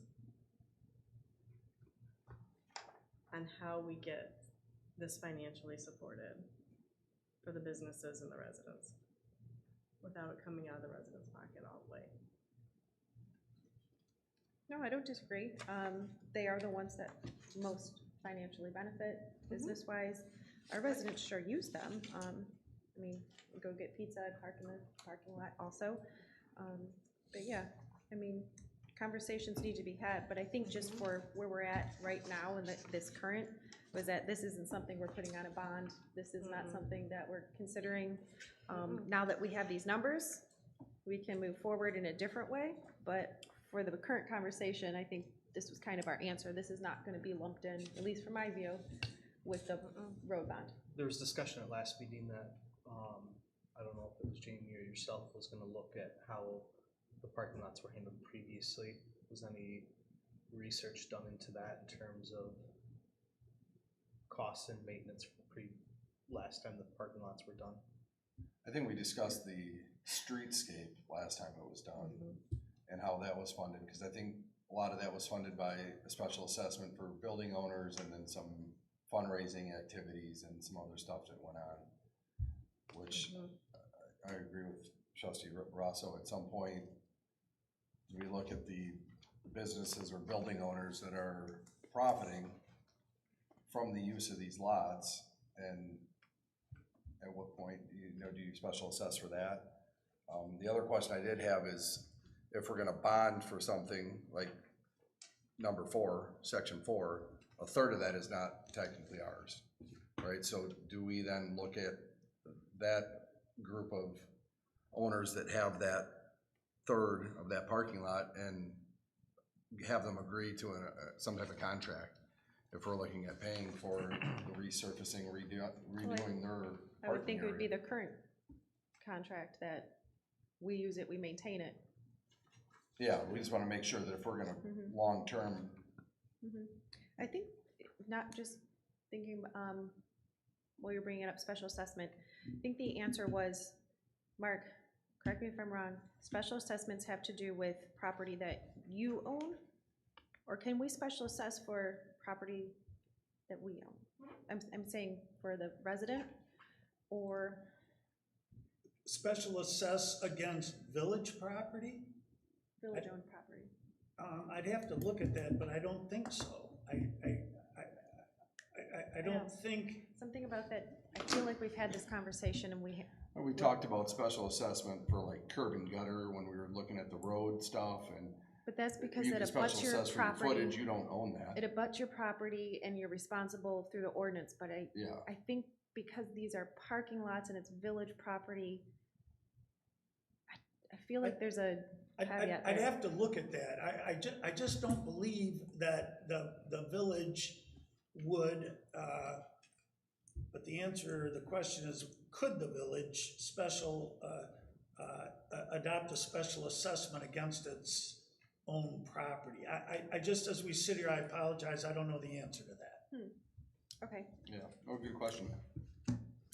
'Cause I'm pretty sure that's what we did with the sidewalks back when they were. Right, redone, but I feel like because that makes abuts sense, it property, abuts.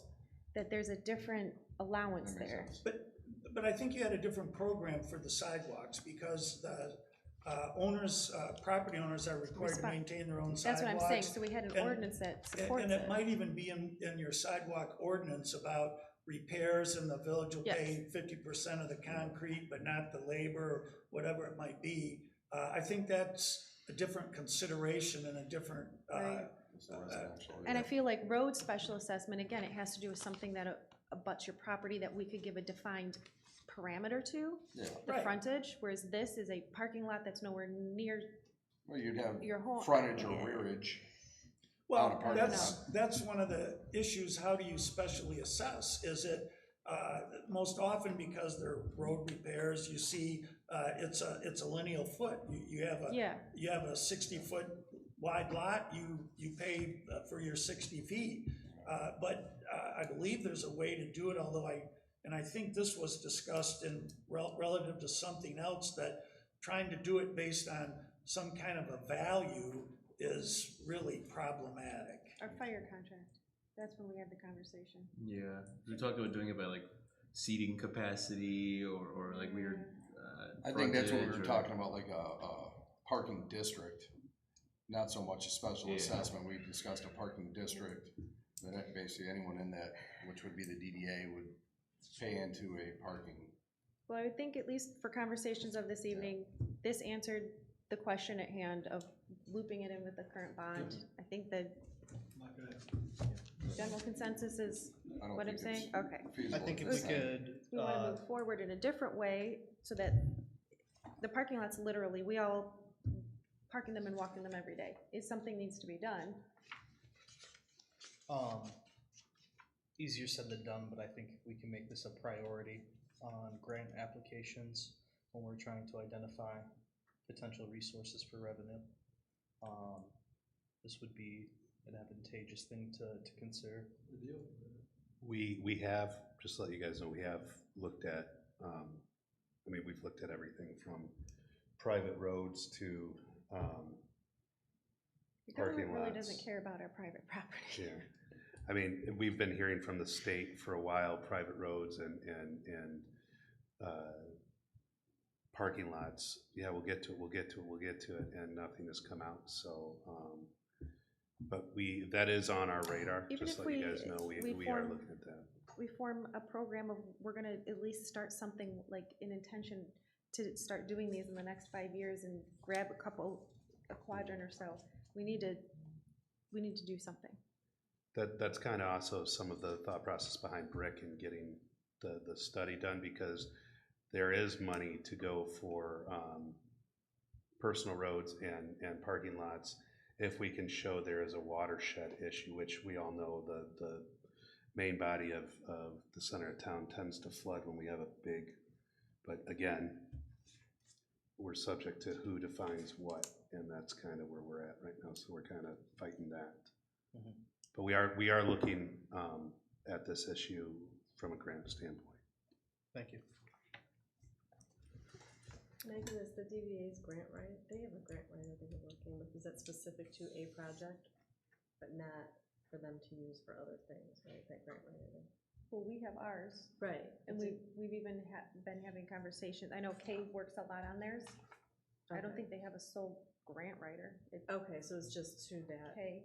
Yeah, but I was thinking the playscape stuff. Did they have a grant writer who found that, or did Kay find that? I think we were even approached. I think they also, Okay. Okay. Yeah, and there's anything that we are finding with our grant writer that can be helped, where they are speaking. I've Okay. given our person, Heather and Kay, like, go ahead and get what, conversations, whatever we can support the DDA with. Okay, great. we're also Thanks. looking for grants for like the streetscape and things like that. Yeah. Okay. Okay, so I'm just gonna say we had a conversation there. Water sewer rates. At our budget meeting that didn't happen, John was there. I asked him to give us a bit more detail to explain it. He had a few handouts there at that meeting. So, again, I'll read a little bit here. So, we have a water fund, we have our sewer fund. Our sewer fund is a weak cash position. The operating costs have increased 4.7 or estimated in 2027, with 2% every year thereafter, with our capital for the next 2 years being fully funded by the debt, the bond that we're going for there.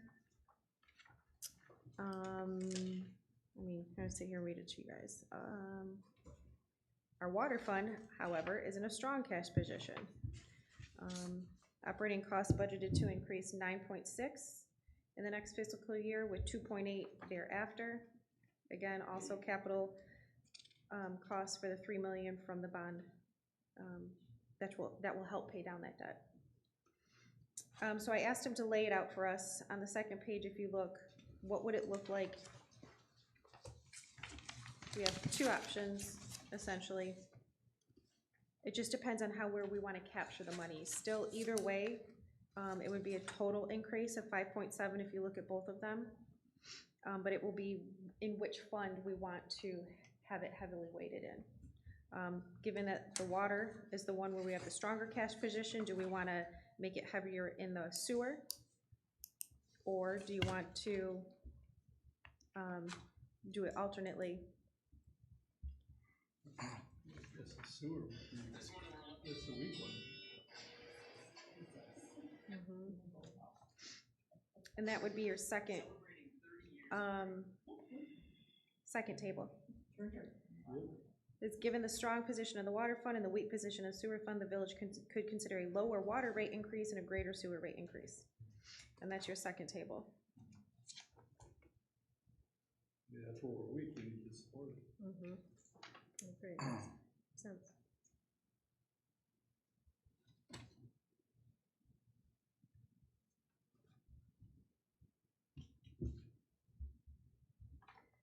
So looking there, your water usage would stay the same, your meter, your water, and for your sewage, what would be a meter's cost of $65.54 is now $71.11, and your general usage would go from $89.04 to $96.61.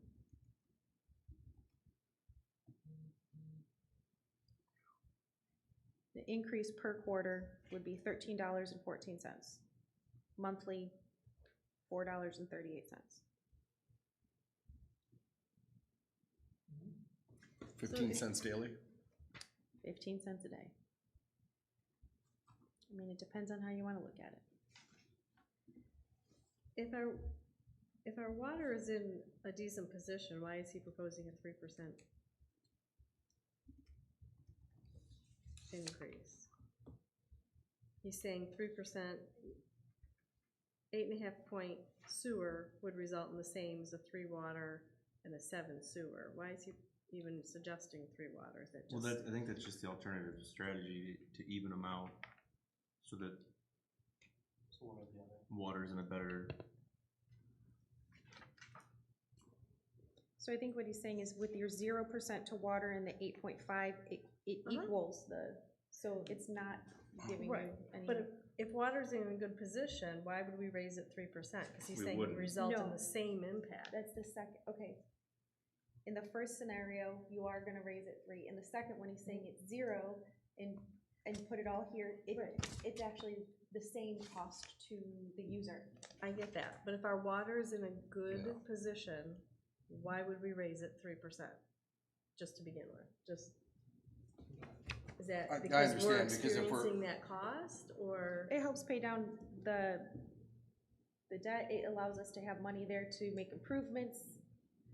So it's just the regular annual But where I'm at increase. is the least impact to the people. Yeah. So as much as we could grab that percent and do more work, we need rates to be sustainable to our people. Yeah, so it's just that regular increase is what he's saying, 3%. Okay, that's all. I know he had something else in mind. Okay. Do we have any more discussion or a motion?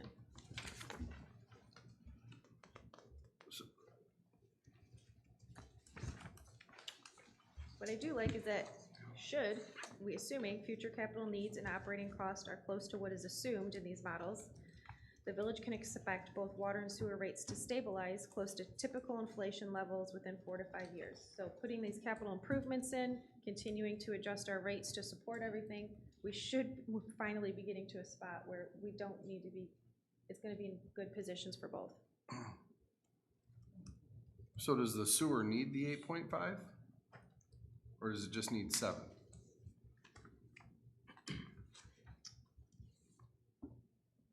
If I could, I think what he's saying is that if you have scenario A, the 0% water increase and an 8.5% increase in sewer, would have the same financial impact to the consumer as if you did a 3% increase to water Yeah, and 7%. I can respect that, but I'm pretty sure when those money comes into those funds, they have to stay in those funds. So if sewer needs 8.5 and we're only gonna give them 7 and put 3 in water, we can't then use that 3% over in sewer, is my understanding. Those are funds that money has to stay in once it comes in. Yeah, I think it's just about mitigating the impact to the customer. Still understandable, but if sewer needs 8.5 and we're only gonna give them 7, how does that work? Right, that's Sure. why we're all That's why we saying wanna give option them 2 makes the 8.5. most sense. The whole thing is. Yeah, I just don't, I see where Shelley's at. Why was that even presented then, if it's not Well, gonna? because I like to give you guys options. I Yeah. like to let you be a part I'm of not, I'm not trying to the cut you, thought I just, process. if the money can't be used from Because, I water mean, into sewer. it is an option. I mean, even though we're in a good spot, still improving that fund and having to be able to do improvements sooner is worth it. So are we saying then sewer can get by with just 7%? Is that another option? And 0 to water?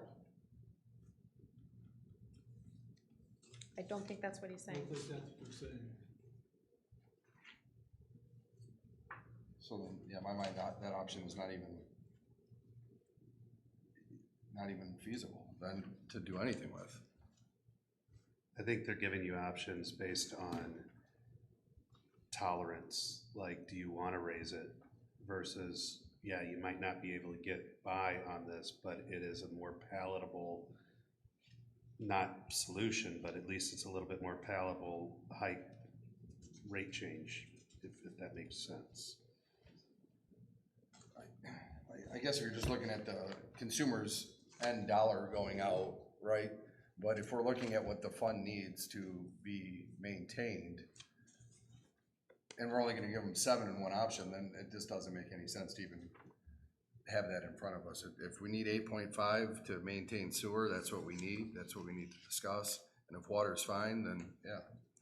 So looking at the sewer fund, it talks about the chart, assuming a 7% increase. Yeah, The target for the 8.5 is to strengthen that cash, the cash position. That's the target of what it is. I guess, correct me if I'm wrong, but the way that I'm reading this, it's not that the sewer fund needs 8.6 for operations. It's targeting it to give you that better cash flow position. So the chart below assumes a 7% increase in sewer, followed by 6% yeah. in later years. Mm-hmm. So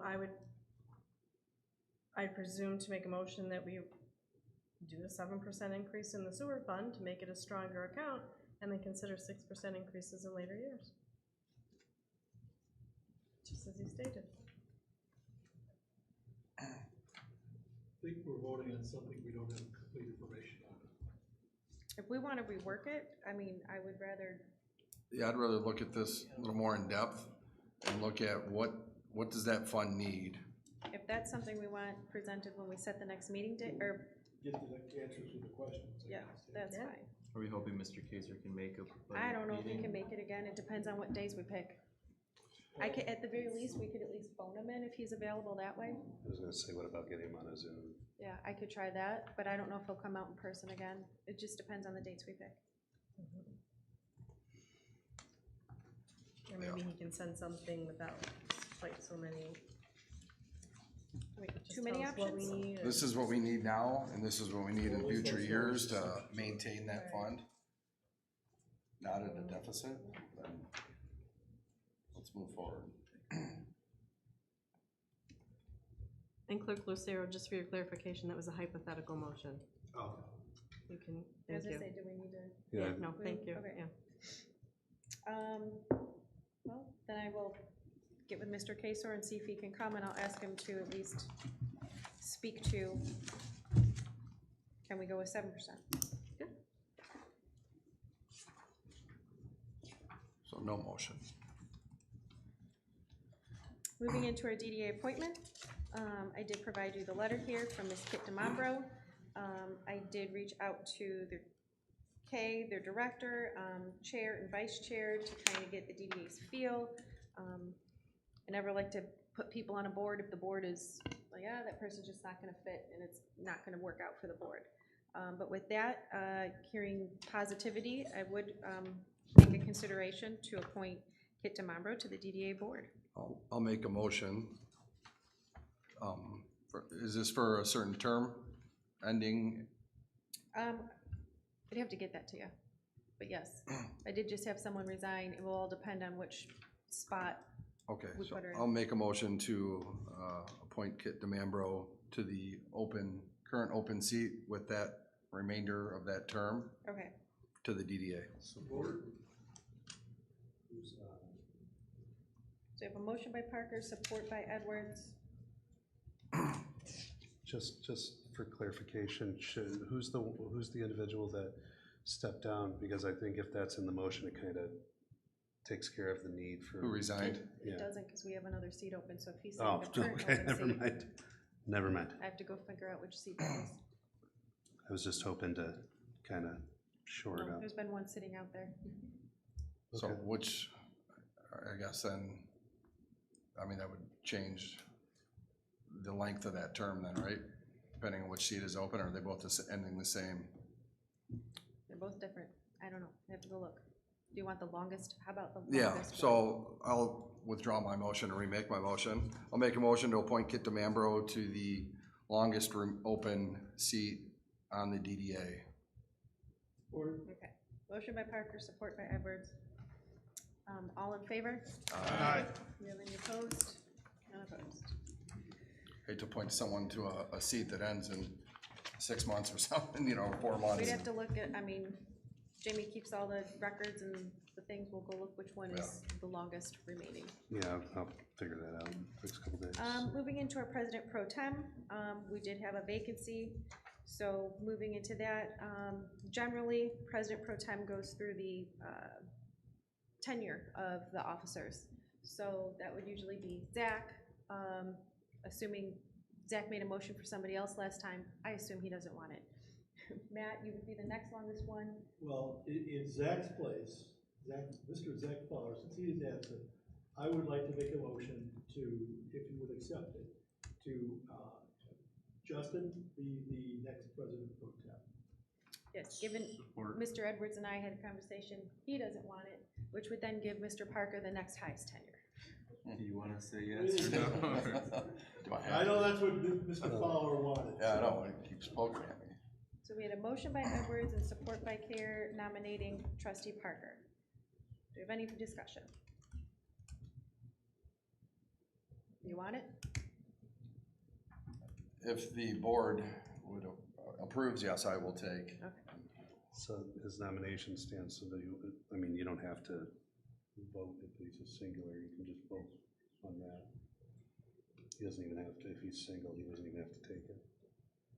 You have There was any no one further opposing. discussion? Yeah, it's just Okay. automatic. All in favor, trustee Aye. Parker? Aye. Aye. Any opposed? Can I deny? None opposed. Well, thank you. Okay, into our village property discussion. So this is our extra well that is no longer connected to the system, all the way down by what is now Culver's.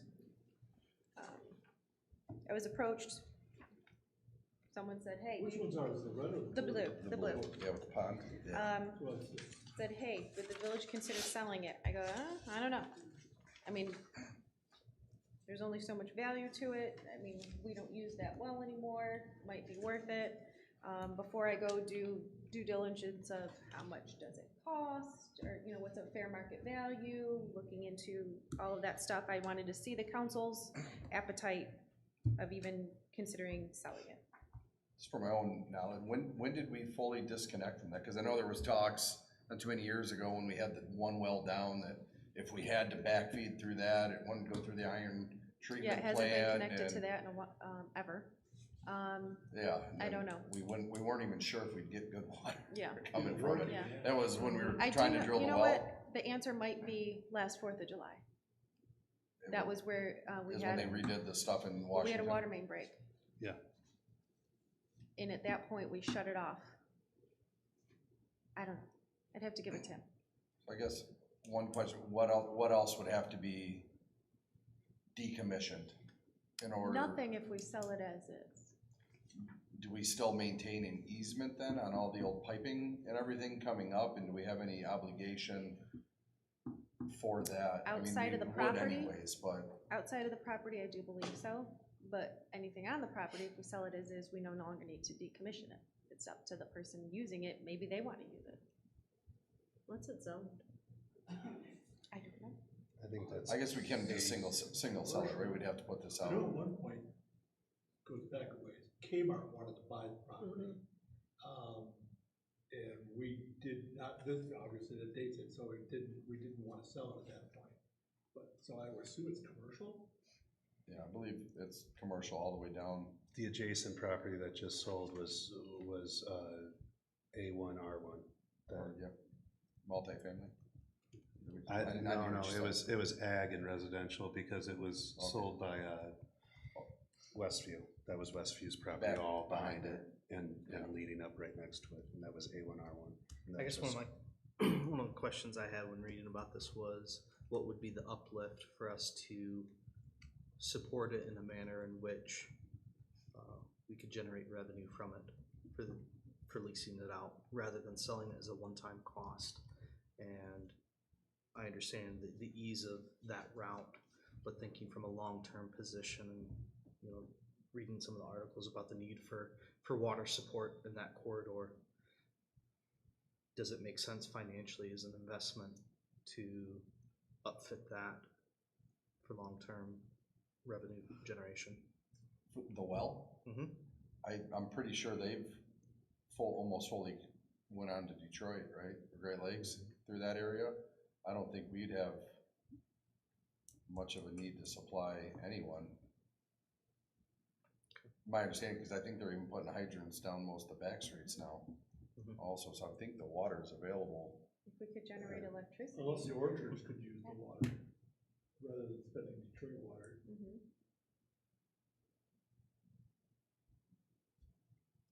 I don't know. I'm I not looking like for a it. project, I was just, Yeah. someone said, do you wanna sell your property, and I said, I'll ask. I wouldn't be necessarily against it, but then we hadn't really thought about any other options, so. Maybe we could reach out to some local realtors and get some costs, maybe not a cousin, but someone. That's what I'm saying, but before I do that, is there appetite here before I go do some due diligence? I like it as I like keeping it. I mean, as long as it's not a huge asset that we have to continually maintain. If we're just selling it for a little bit of quick cash now and we don't even know the potential value or leverage we might have with that property, selling it for fun because we don't need it today just seems a little whimsical. You know, I wouldn't mind getting a value. I'd be fine with that. I'd want to know more about the specifics of what exactly is being used in that area. How much are we still relying on well water in that area at all? I think it's a What its capacity is, what it pumps per minute. I mean, there's a whole bunch of questions that would need to be answered first. Do I need to go get 3 bids for realtors? No. Okay. Can we just get an appraisal? No, we're not gonna move forward on it necessarily. Yeah, I But I'm don't think it's gonna need to go gonna ask reach somebody. that threshold. I'm gonna need to go ask somebody to do comps and to try and tell me, like, this isn't something that I do whatsoever. I'm gonna need a professional. What's the current threshold? $3,000?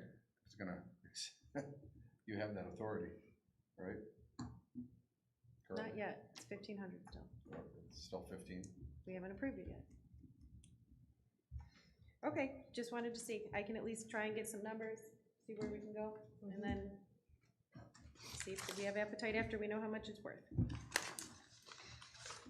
Okay, road maintenance, this was something, I'd asked Plant Moran, not Plant Moran, HRC, sorry, engineering, to look at, the northwest quadrant. You can already see all the cracks already forming. The best way to take care of our investment is to address as soon as possible. So where we're at is, their basic assumption was crack sealing is generally about a $5,000 a day sort of thing, based off of their assessment. They're seeing about 2 to 3 days work, so about 15 to 20 grand. And I think we might have talked about this before. Didn't we purchase something with DPW to do? We have not. We had it in their budget. I wanted to We wait to, just talked about this and I can't remember where we ended it. You're talking about the asphalt machine. We had looked at we had that. budgeted for a crack sealer, but Yeah. given the cost of it and the newness of the roads and wanted to wait to see how much work, like the cost benefit might not be there yet for us to purchase it and do it ourselves. Well, How much was it? Yeah, I'd like to know what the cost is, We cause never if this is looked. just the Northwest at I know, it's 15 to just- 20 grand. I mean, Let's those see. roads are 2 years old, right? Isn't that Yeah. the area? So we're gonna be looking at the east side here then Right. in a year or so. I think so- the buy it. machine, I'm gonna give you a large one, it's like 40 to 60 grand. Mhm. And then then it's the hourly rate of our workers, and then we gotta train them. So at that point, it wasn't worth it. I was going, let's pick and choose what we're doing here and use our money Is wisely. it still in their budget? I actually think it was like closer to 70. We didn't buy it, so yes. I think we gotta buy it. It's a Yeah, no-brainer at that even point. so, yeah, if we're just talking 20 for one quadrant, then I We think should the be doing this conver- every year, you know? I think the conversation with Tim, it would, I think Even you're if saying it's it just would a pay for quadrant itself here, in yeah. 4 to 5 years. it would pay for itself pretty quickly. The machine, Mhm. yes, the machine. Yeah. But we weren't sure how much was gonna be needed and what the general cost would be. At this point, though, I don't know that I still feel that we need to move forward taking care of the current, that we're not gonna be able to purchase it, train them, and do it by this fall. I'd have to see where the feeling is on I that. would agree. If we at least get the Northwest done through this, have Tim maybe put together a spec on a unit and get 3 comparable. And get deeper into it, but I think, so where we're at though is, this would be done this fall. And I don't think we could feasibly do all that other work by the fall. Motion to approve Northwest Road Maintenance crack sealing, not to exceed $20,000. Support. Okay. We have a motion by Parker, support by Care. Any further discussion? Okay, all in favor? Aye. Any opposed? We have none opposed. Okay, meeting dates. It should have been. So I'm assuming tomorrow is out of the question, right? Because we can't post it quick enough. They said let us know as soon as possible, but yeah, I But guess if for we're us posting it, purposes. we need 18 hours. So we're looking at, I can do Wednesday, the 27th and June 2nd. I can't do the 27th, but all the other dates are open. 27th, we have a parking Oh, that's right. committee okay, meeting. And tomorrow, 19th is off the board anyways. Yeah, When's the parking? 7 PM across the way. I can make the Can we 26th, move, 27th. as I can say, we move we the could parking see- up an hour? or we can see what Parks and Rec has open and we can utilize a different room for one or either board. We could do parking here at 6 PM. I don't think that would be the end of the world. I could send out that email tomorrow. Because that was over there anyways, right? Well, last time we did it here. Here, yeah. But if we just do 6, gotta be done by 7 for parking, and then Keeps us on topic a little bit. we That's can roll fine. right into a budget. So we're saying the 26th is 27th? 27th. Sorry, 27th, is everyone open? I could do that. I'm not, but I don't have to be at every meeting. Yeah, 26 I can't. 19th to 20, well, obviously 19th is out, but 26 I can't. I can do the 2nd as well, if needed. I Are we can't do looking the for two? 26th. Yeah, I'd prefer for 2 in case something happens, and then we at least have another one again, and we're not sitting and waiting. I could do the 27th and the 2nd. Are you good with those, Shelley? Mhm. Zach? 27th Yep. too? I can make those two You work. you guys don't necessarily need me, but I can't, I won't be here the 26th or the 27th, so. But it'll be recorded, so I can get the minutes that way. So do the 26th and the 2nd. Need a motion? 27th and the 2nd. Okay. At what time? 7 7 PM. 7 PM for Did both. you have a motion? 27th. Motion to approve Wednesday, May 27th and Tuesday, June 2nd Support. for budget meetings at 7 PM. Okay, I have a motion by Parker, support by Throne, the 27th and the 2nd. Any further discussion? Okay, all in favor? Aye. Aye. Any opposed? None opposed. Okay, moving into correspondence for our meetings. Shelley, That was me. I just asked if you, if we receive correspondence, if they just can be in the packets when the packets come, so that we can read them and see them before the meeting. That was it. Public information, doesn't matter, but if we could have them, if it's, you know. Do we have an obligation to? I don't know. I think in general, just what I've done is if it says, please read this at the meeting, I've just read it at the meeting and not included it. I mean, at the very least, we should time that to 3 minutes of. I think there is a reading time it. in the, And we did, we put that we in put there. a time limit in there. Yes, 'cause- On the rules and procedures. On correspondence, what was it? Same as Yep. we give at the podium. 'cause I was reading correspondence there for a time that was. 5, 6, 7, 8 minutes. Yeah, Pages and and pages. that's public comment, but I'm talking also like, if you get a letter that says, dear village people or whatever, and you want. Correspondence, so we have them in our packet. Yeah, yeah, That'd be nice to have, so, yeah. Mark, I is just there an want- obligation to read out loud correspondence? no, No, No, no. mm-mm. Then no, just put it in the packets. It's Yeah. just in our policy. So then we would need to go. If they're asked to be read. Right, yeah, if Yeah. we're asked. Yeah, I'm not asking for it to Either be way, read. just include them in the packet. Yeah, it doesn't have to be read if they're not asking for that. You do. Are we good with that? Yeah. All right, moving into our last public comment. Do we have any further public comment? Yeah, I just have to say real quick, sorry. I just wanted to remind everyone about the Vintage Fest on June sixth. It's running from 11 to 4. Cars that are checking in should be there, you know, strolling in by right around 10 o'clock, right, Sharon? Yeah, so I just wanted to remind So everyone. you're gonna have the classic cars again, and what Yeah. what other stuff is gonna be going on? We for have the Vintage cornhole Fest? tournament, we have DJ Matt Kelly. He's going Nice. to, yeah, for about 4 or 5 hours, he'll be the only DJ out there. We have a kids zone, we have, magician, face painting, restaurants, Nice. so, yeah, what time does it start again? at 11 to 4. The streets will be closed from, Washington to Newberry. Okay. I think that's The it. DJ will be on the main street. DJ will be on the main street, yes, Nice. so, any questions? Oh, thank you. Okay, and then I don't know if anybody knows, but, if you know Colin Emmett from Emmett's, he passed away on Friday. So, okay, yeah. Okay, thanks. Thank you. Okay, from here, we're gonna move into our closed session, so we do ask everyone to head on it.